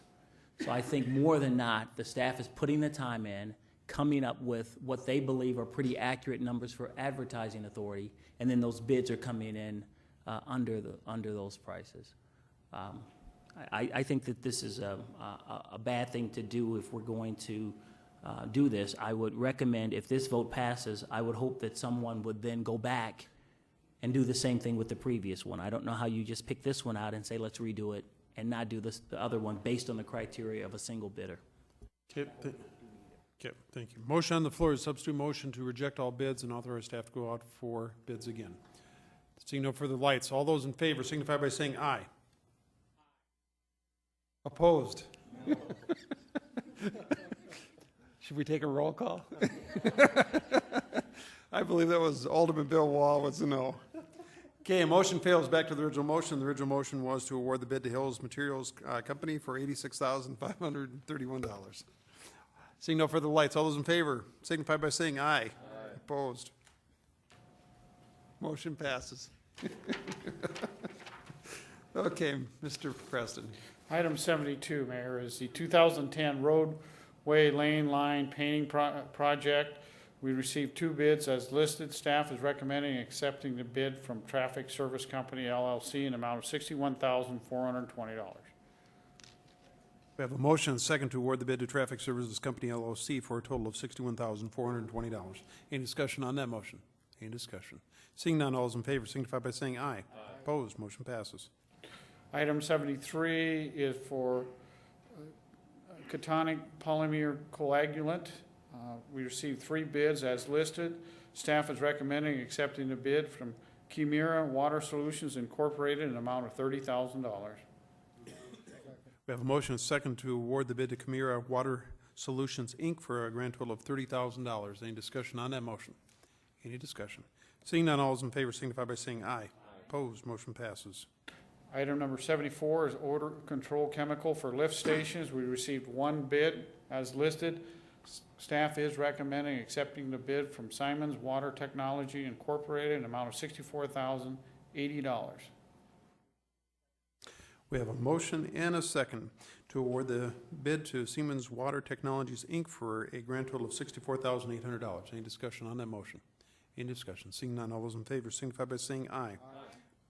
Opposed? Motion passes. Thank you. Next item is landfill leachate removal and remediation. Staff received 6 bids as listed. Staff is recommending we continue this item to the March 15th meeting. We have a motion and a second to continue this item to the March 15th City Council meeting. Any discussion on that motion? Seeing none, all those in favor signify by saying aye. Opposed? Motion passes. Item number 76 is 1 new current model year sander spreader truck with plow. We received 3 bids as listed. Staff is recommending awarding the bid to Sanitation Products in the amount of $185,127.75. We have a motion and second to award the bid to Sanitation Products for a grand total of $185,127.75. Any discussion on that motion? Any discussion? Seeing none, all those in favor signify by saying aye. Opposed? Motion passes. Thank you. That does it for the bids. We have nothing under mayor's items. I do have a 76A from Alderwoman Deb Hadcock on stimulus money and grants. Alderman Thank you, Mayor Hadcock. Hanks. Just some information that I got that I think is very informational at this point for the council about funding. We were talking about tonight saving local taxpayer dollars. We did save through the transit system, through getting stimulus money, formula grants, and discretionary funds, $9,471,247 since 2007 to 2010. In 2008, people were asking me why we changed the routes, the bus routes, and the benches, the transit shelters, and some of the signs, and why we had more vehicles. Based on customer input and employee input, for 2007 to 2008, because of the stimulus money, the grants, and the discretionary funds, we went out for customer input and asked employees what we needed to do. In 2008, at the Legal and Finance Committee and the council meeting in October 2008, we voted unanimously to change the routes based on this customer input and this employee input. So by getting this stimulus money, by getting these formula grants, by getting these discretionary funds of 9.47.247, we added many services to our transit system. And I appreciate that from the Rapid Transit System and Director, and I also appreciate that from Robert Ellis. That's a major savings for the local taxpayers of millions of dollars. That was one thing that I thought for public input that people needed to know. Again, it was based unanimously on council input that we changed those routes and that we make it better by adding the vehicles, the signs, and doing the things that we needed to do for that transit system based almost on $9.5 million. The other grants that we got recently from Public Works, which I appreciate all the Public Works people. There's a lot of people in Public Works that do some major work to get some grants and some funding for our system. We have the Energy Department, which is some of the people that work with the energy systems. They got $649,000.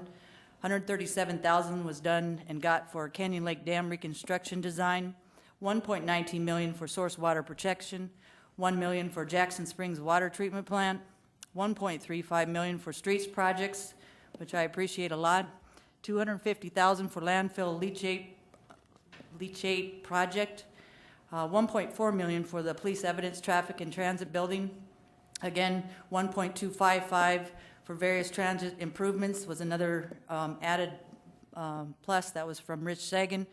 Another $250,000 for Stony Creek Well 12, major project for the west side. We needed that well to bring in some water sources. $460,000 for Memorial Park Improvement Project, $250,000 for St. Joe streetscaping. These are all on grants and funding that are done by our employees and our staff. That's about $8.19 million recently that we had, plus $9.5 million. Millions of dollars that these staff members put into our system so we can save local taxpayer dollars of almost $20 million. That's just recently. I just wanted people to know that they work very hard. They bring in millions of dollars to help this system.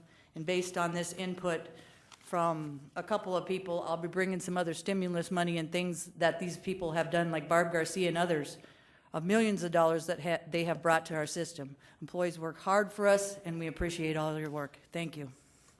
Thank you. Item number 77, Vision 2012 update. Mr. Ellis. I have two very quick updates to give to the council. The first is for, on page 3, Project 11, playground equipment, replace playground equipment that is substandard or dangerous. There was recently a $28,000 payment for the Wilderness Park Playground project. And then the second update I have is project number 14, which is also on page 3, residential streets. There was $1.5 million obligated towards neighborhood street reconstruction, rehabilitation, and the final $235,000 was awarded for the East St. Francis, East St. Anne, Birch Avenue reconstruction project. So that'll end up using the bulk or the remainder of that $1.5 million. Those are all the reports. We do have a light. Let's get a motion on the floor to acknowledge. We have a motion and a second to acknowledge. Discussion on that motion. Let's go to Alderman Malcolm Chapman. Thank you, Mr. Mayor. I actually wanted to talk about 2012 Phase 4, if you'd rather. I mean, I didn't put an item on the agenda. I just thought I'd attach it to this one, or not. Go ahead and make your comments. That's fine. We extended, the council extended that time frame for citizen committee applications to come in from February 4th or 5th to until March 5th, which is Friday. And I just appreciate all the folk in the community who submitted applications, and the deadline is still Friday at 5 o'clock that those applications have to be in the mayor's office. But currently we have about 22 applicants as of close of business today.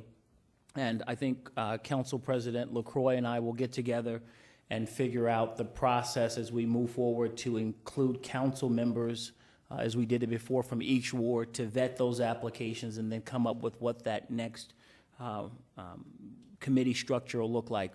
We've changed the structure a little bit. There will be council members involved in the structure as well as citizens from the community, but just appreciate all the people in the community who have so far submitted applications, and I hope more will continue to do so, and you have until Friday at 5 o'clock to do so, and they have to be in the mayor's office. Okay, very good. Thank you for that reminder. That does take us to, let's see here, we're to the public hearing items. Did we vote on the acknowledgement? No, okay. Okay, we actually had the motion. We have a motion and a second on the floor to acknowledge the report, which is the 2012 update. Seeing no lights, all those in favor signify by saying aye. Opposed, motion passes. does take us to the public hearing items, items number 78 through 87 inclusive. Chair would look for a motion to open the public hearing. Could, items 78 through 87, please. So moved.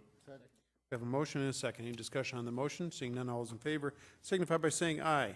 Opposed, motion passes. We have one speaker request form from Fiona, I believe it's Harrison. Yep. All the way from Fort Pierre. I'd Rapid City. Oh, okay. I was going to say you have to drive back tonight? Maybe. Okay. If you'd identify yourself for the record, you'll have 3 minutes. My name is Fiona Harrison. Thank you for your time. I really just wanted to say very briefly, we had a resident who raised some concerns at Planning and Zoning regarding this. His concerns weren't directly relevant to the major amendment, I think I'm fair in saying. We have spent considerable time talking with him and meeting with him. He has withdrawn any concerns that he had. If you have any questions, I'll be here. Thank you. And she was dealing on item number 83, everyone. Now, we do need to leave the public comment period open, and Chair, we're on to the continued public hearing consent items. Items 78 and 79. Marcia, do we need to pull either one? Okay, how about from the council? Not, the Chair would look for a motion to approve the continued public hearing consent items 78 and 79 per the request on the agenda. We have a motion and a second. Any discussion on that motion? Seeing none, all those in favor signify by saying aye. Opposed, motion passes. That does take us to the end of the continued public hearing consent items. Chair would look for a motion to close the public hearing items, items 78 through 87. We have a motion and a second to close public hearing. Any discussion on that motion? Seeing none, all those in favor signify by saying aye. Opposed, motion passes. We're on to the consent public hearing items, items 80 through 82 inclusive. Do we need to pull any of those, Marcia? How about from the committee, from the council? Seeing none, Chair would look for a motion to approve the consent public hearing items, items 80 through 82 inclusive, per the recommendations on the agenda. So moved. We have a motion and a second. Any discussion on that motion? Any discussion? Seeing none, all those in favor signify by saying aye. Opposed, motion passes. That does take us to the end of the consent public hearing calendar. We're on to the non-consent public hearing items, items 83 through 87. Let's start with item number 83, please. Appeal of the Planning Commission's decision on a request by Britain Engineering and Land Surveying for Land and Marine Development Incorporated to consider an application for a major amendment to a planned residential development on property located at the southwest corner of the intersection of Bunker Drive and Springsteen Lane. My motion would be to deny. Do we have a second, please? We have a motion and a second to deny. Any discussion on that motion? Any discussion? Marcia? Just to clarify, again, the applicant is here. Discussion at the Planning Commission was concerns by an adjacent property owner who had appeared at the hearing regarding the construction of a governor's home on the property with an attached garage.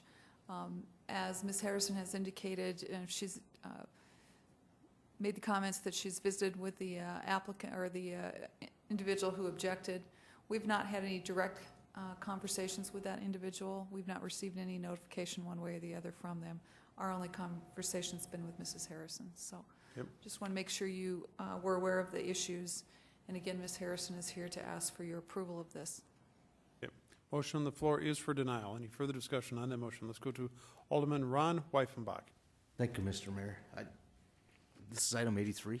Yes, item number 83. We're denying them to put a governor's home on this lot? Marcia, why don't you explain? We have an established neighborhood, and there's been a request to put a governor's home on a parcel, correct, Marcia? That's correct.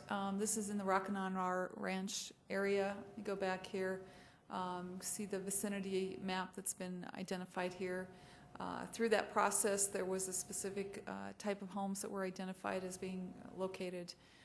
This particular lot required that there be some modifications to the setbacks to accommodate the home. You can see this is a governor's home with an attached garage. Concerns, here's the elevation of that structure. Concerns were expressed because of the value of the homes in the area and whether or not that was appropriate. And again, during the discussion by the Planning Commission denied the request because of that concern. Some of the other homes in the vicinity. So, go ahead, Ron. My question is, we're going to deny putting a governor's home on a lot because of concerns in the neighborhood. Do we have studies or anything that show that this will reduce the value of the neighborhood? Marcia? No.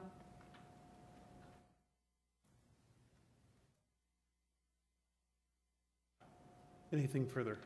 I just see this coming down the pike, because in my ward, when they're moving that Walmart in there,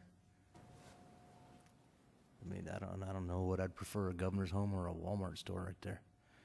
I guess I'm not sure what the basis of this denial would be. Is there a reasoning? I mean, other than the fact that the neighbors don't like the house, or? Marcia, can you give us some insight as far as the recommendation? Certainly. The Planning Commission discussed quite extensively what had been originally approved and the elevations, the size and orientation of the homes that were proposed for this area. As you can see from the area behind this, there are some substantial homes in the area. They didn't feel like the elevation that was presented was consistent with what had originally been approved for this PRD, and as such, that was the basis for the homes. I believe the tan home in the background there on the left-hand side.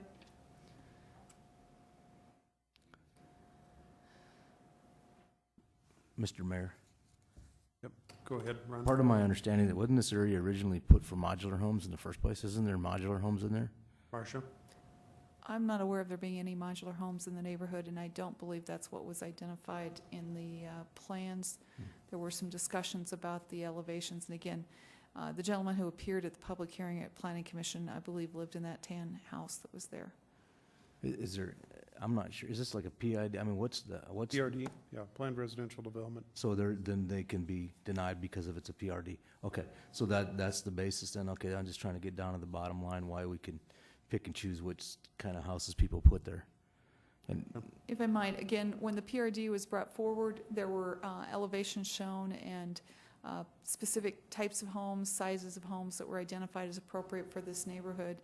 Again, the Planning Commission felt that what was proposed, the Governor's Home, was not consistent with what had been approved and what the area residents had bought into when they purchased in this property. Mr. That was the Mayor, intent and of I the understand discussion. some of that, but I've been battling over in Ward 1 over there with a low-income apartment building next to $300,000, $400,000, $500,000 I'm hoping that I'm not getting this whole thing, but I can concur if our growth management director feels that this is a conflict of the PID and there's some consistency in the way we're going to apply this throughout the future. I can agree with this if this is the way the council wants to go with this, but. Go ahead, Marcia. If I can, the staff's in a difficult position. We had originally recommended approval of this, but my obligation tonight is to represent to you what the Planning Commission's action was. So I'm not sure that I can address your specific question to me. Again, my obligation is to represent the Planning Commission and their action. I guess so. This coming forward from the Planning Commission's recommendation, I understand. Okay. Anything else? No, thank you, Mr. Mayor. You know, and we're certainly welcome. The only thing that I would caution you about is if the council so chooses, I think it'd probably be appropriate to continue this. My only concern is the fact that if there if there are property owners within this neighborhood that were under the assumption that this was going to be denied tonight, and that if the council reverses itself, which they absolutely have the right to do, you didn't give them the opportunity or the notice that of that. So if it's the intent to have discussions, I think the appropriate motion would probably be to continue it for 2 weeks, just so that you give the property owners in that neighborhood at least a heads up. But, Marcia? If I might, after this was appealed, there was specific notice of the appeal coming forward to you for this evening's agenda. We do notify everyone within the 250 feet. But the recommendation was for denial? Correct. That is the Planning Commission's recommendation. Okay. Ron, is there anything else? I think it all, I mean, if they, as we talked earlier about proper procedures and proper notifications, and if we decide to keep this, people have gotten proper notifications. So I'm just getting confused the more I sit here, how we change the rules for whatever or the case may be. I can go along with the Planning Commission's decision as long as it's based on a factual matter, but if we're just denying it because we don't like the house, the way the house is made, or if it's a low-income house or whatever the case may be, I think that we need to maybe reconsider something here. Thank you. Thank you. Let's go to Alderman Aaron Costello. Thank you very much, Mr. Mayor, and my question is for Marcia Elkins. Okay, go ahead, please. Marcia, as I scan this, it seems that the setbacks are at least part of the issue. Am I understanding this correctly? Marcia? That was part of the issue. However, the residents in the area at the Planning Commission meeting raised the issue that the elevations of the building did not reflect what they felt had been approved as part of the original plan development. Okay, forgive my ignorance. Explain to me what the elevations are of a building. Marcia?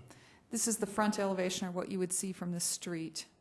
And again, the conversation at the Planning Commission was that this drawing that you see before you was not consistent with what had been presented in the original plan development that had been approved. Okay.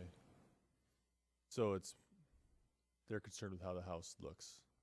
If I Marcia? put it in layman's Specific terms. discussion was about the size of the homes, the characteristics of the architecture, how it would appear from the street. Okay, thank the you. values. Back to the setbacks then. How are the setbacks affected by the current design? How are they asking for smaller setbacks? Are they asking for? Marcia? Let's see if I can get to the staff report. It's been a month or two here since this was in front of the Planning Commission. Maybe I just didn't open the correct PDF yet. Staff report reflects that the original initial and final development plan was approved with a minimum 25-foot front yard setback to be provided along Bucker Drive and Springsteen Lane, with a minimum of 8-foot side yard setbacks and a minimum 18-foot. Applicants propose to relocate the proposed residence on the property and designate the west lot line as the rear and to designate the south lot line as the side lot line. So if we went back to that original elevation. Again, they've changed the configuration of the home. You can see how this one is slightly different than the homes that are on the other side of the street. So they've Yes. reconfigured the way that it would be identified on the site. I see. Interesting. So, I guess I'm still fresh on PDRs, or PRDs. On a planned residential development, do they go so far as to state what direction a home should lie on a lot? Marcia? They typically get into the setbacks, particularly along collector roads like Bunker Drive, and the orientation of the homes and the setbacks.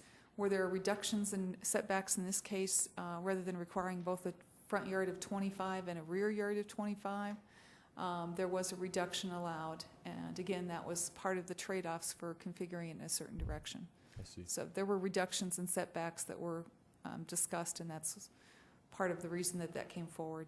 Okay, thank you. I yield to the floor. Yep. Let's go to Alderman Malcolm Chapman. Thank you, Mr. Mayor. Marcia, if I'm understanding that the reason for the denial is based on the plans that were submitted did not meet the PRD, I understand that, and I think that's fine. But, I mean, I've worked tirelessly in this community on affordable housing and looking at those sorts of issues. And one of the problems with affordable housing is when we say that this segment of the community here is for affordable housing, I think you create substandard areas in the community when we just do it like that. I think one of the best ways to create affordable housing in the community is to spread those houses out throughout the community. I hope that's not the reason that the denial came forward, because neighbors said, I don't want that house in my community. I can understand the PRD not being met. That's fine. I'm going to disagree with the mayor just a little bit. The mayor said that the denial, we maybe should continue to give the neighborhood an opportunity. My understanding is that things that come to the council, especially as recommendations, those that are maybe on the winning side of that recommendation, there's no guarantee what the council is going to do. I think it's incumbent upon them to be here and not to say, you know, we'll send this somewhere so that they then have an opportunity to get here based on a recommendation. I would tell anyone who calls me, regardless of what the recommendation might be, if you have an item on the agenda, I think you should be here to deal with that item if you have great concern about it. I can vote in favor of the denial, provided I'm hearing from our growth management director that the reason for the denial is based on it's not meeting the spirit of the PRD. But if it's not meeting I don't want that house in my community. That is problematic to me. Marcia, that's somewhat of a subjective question, but Well, I've placed the minutes of the meeting on the screen for you to review those so that you can see the discussion that went on. I guess if I were to interpret what the Planning Commission did that day, I think they were answering yes to both of your questions, Mr. Chapman. No, they did not want that house in their neighborhood because it was not consistent with the original plan development. And so that's definitely difficult to slice the question quite as thin as you suggested. anything else? Let's go to Alderwoman Deb Hadcock.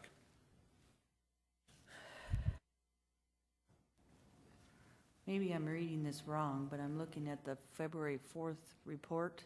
The design of the proposed structure to be located on the property has not changed. The proposed single-family dwelling is consistent with the previously approved homes in the Rocky Ranch Estates development.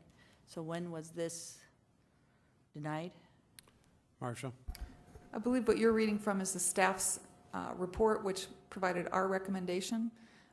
The item was discussed at the February 4th Planning Commission meeting, and that was the time, as you see from the minutes, where they discussed whether or not it was consistent with the neighborhood. So again, I'm in a difficult position because the Planning Commission did not concur with the staff's recommendation. Thank you, what's your name? Marcia. I guess that's what I'm looking at, is a staff recommendation, and they did look at this as well, and I'm with Malcolm. You have to mix homes together in order to make a neighborhood a good neighborhood. It takes many people to make that neighborhood.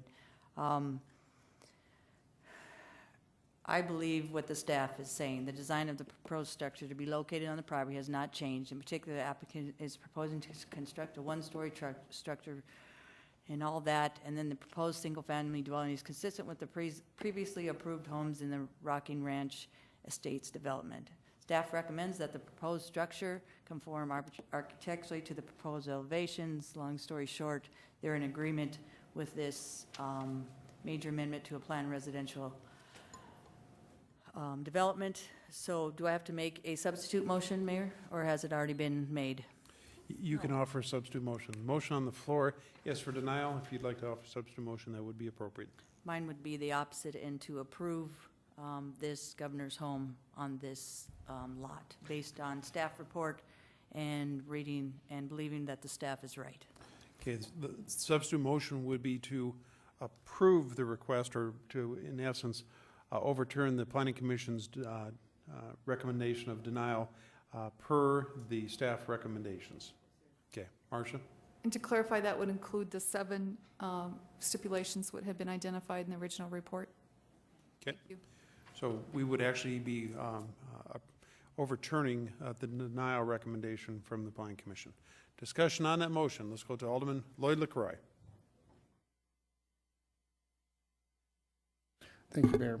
I'm not going to be in support of the motion on the floor for the simple fact that I think when people get those notices, they make a phone call because they don't understand them to the city department, and they come down and they see it. And so they go to the Planning Commission, and they see that here it's going to be denied.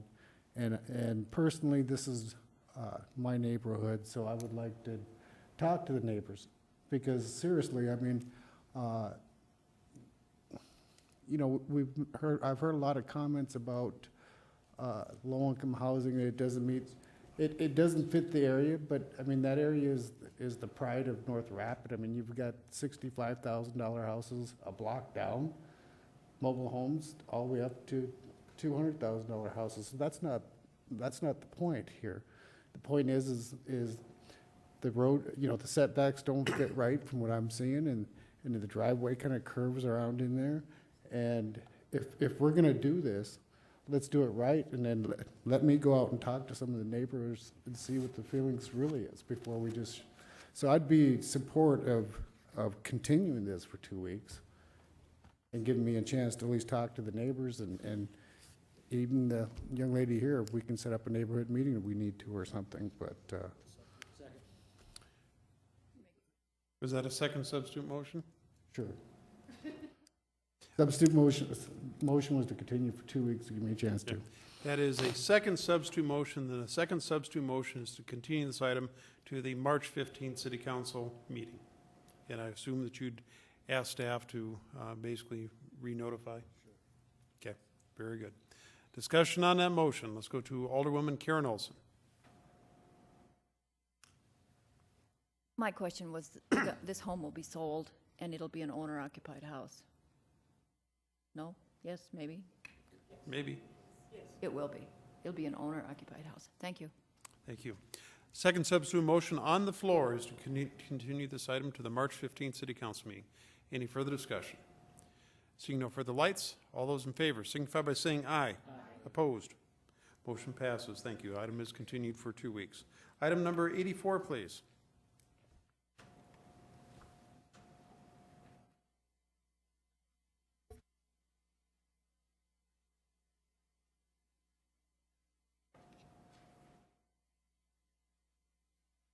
Thank you. We're on to 84. You want me to read this one? Okay. Second reading of ordinance 5583, an ordinance amending section 17.06 of chapter 17 of the Rapid City Municipal Code, rezoning the within described property as requested by the City of Rapid City for a rezoning from no use district to mobile home residential district on property located at 2708 Cactus Drive. My motion is for approval. We have a motion and a second for approval. Any discussion on that motion? Any discussion on that motion? It is for approval. Item number 84. Seeing no lights, all those in favor signify by saying aye. Aye. Opposed, motion passes. 85, please. Second reading of ordinance 5584, an ordinance amending section 17.06 of chapter 17 of the Rapid City Municipal Code, rezoning the within described property as requested by the City of Rapid City for a rezoning from no use district to mobile home residential district on property located at 2900 East Fairmont Street. My motion is for approval. We have a motion and a second for approval. Any discussion on that motion? Any discussion? Seeing none, all those in favor signify by saying aye. Aye. Opposed, motion passes. 86, please. Second reading of ordinance 5585, an ordinance amending section 17.06 of chapter 17 of the Rapid City Municipal Code, rezoning the within described property as requested by the City of Rapid City for a rezoning from no use district to general commercial district on property located east of Sedevy Lane and north of East St. Francis Street. My motion is for approval. We have a motion and a second for approval. Any discussion on that motion? Dealing with item number 86, second reading of ordinance 5585. Seeing no further lights, all those in favor signify by saying aye. Aye. Opposed, motion passes. 87, please. A request by FMG Incorporated for Good Samaritan Society for a vacation of right-of-way on the St. Martin's Road right-of-way located in the south one half of section 29, excepting the southern 60.3 feet. This property is generally described as being located at the west of South Dakota Highway 79, Sturgis Road and Hidden Valley Road. And my motion would be to continue this to the 316 meeting to allow the applicant to meet the stipulations. 315. Or excuse me, 315. Yep, very good. So we have a motion and a second to continue item number 87 to the March 15th City Council meeting to allow the applicant to meet the stipulations. Any discussion on that motion? Any discussion? Seeing none, all those in favor signify by saying aye. Aye. Opposed? Motion passes. Mr. Preston, the bill list. Thank you, Mayor. The bill list totaled $5,311,230.15. I'd like to add one item, WIS Incorporated for the Powell Gardens and Art Market, $52,382.75, which makes a new total $5,363,612.90. I'll recommend approval. Second. No, you're going to make. Do we have a motion? So moved. Second? You just confused. Thank you. We have a motion and second to approve the bill list as amended. Check me on the totals here, Mr. Preston. $5,363,612.90. Correct. Thank you. Yep. Very good. Any discussion on that motion? Any discussion? Seeing none, all those in favor signify by saying aye. Opposed, motion passes. We do have item number 89, which was the addendum. Karen, can you read that in? Yes. If not, I can. Yeah, go ahead. Item number 80. Authorize the mayor and finance officer to sign a covenant agreement between Angela Charlson and the City of Rapid City. My motion would be for approval. We have a motion and second for approval. Any discussion on that motion? Any discussion? Seeing none, all those in favor signify by saying aye. Aye. Opposed, motion passes. Okay, Mr. Green, executive session? Yes, and it'd be for the purposes permitted by SDCL 1-25-2. Okay, can we have a motion, please? We have a motion, second to go into executive session as permitted by SDCL 1-25-2. All those in favor signify by saying aye. Opposed, motion passes. We're in executive session. Opposed, motion passes. We have executive session. Mr. Green. Thank you, Mayor. I'd ask the council to direct the city attorney to prepare a settlement agreement in the litigation matter discussed in executive session. We have a motion and a second. Any discussion on that motion? Any discussion? Seeing none, all those in favor signify by saying aye. Aye. Opposed, motion passes. Chair, look for a motion to adjourn. So moved. Second. We have a motion and a second. All those in favor signify by saying aye. Aye. Opposed, motion passes. We're adjourned. Thank you, everyone.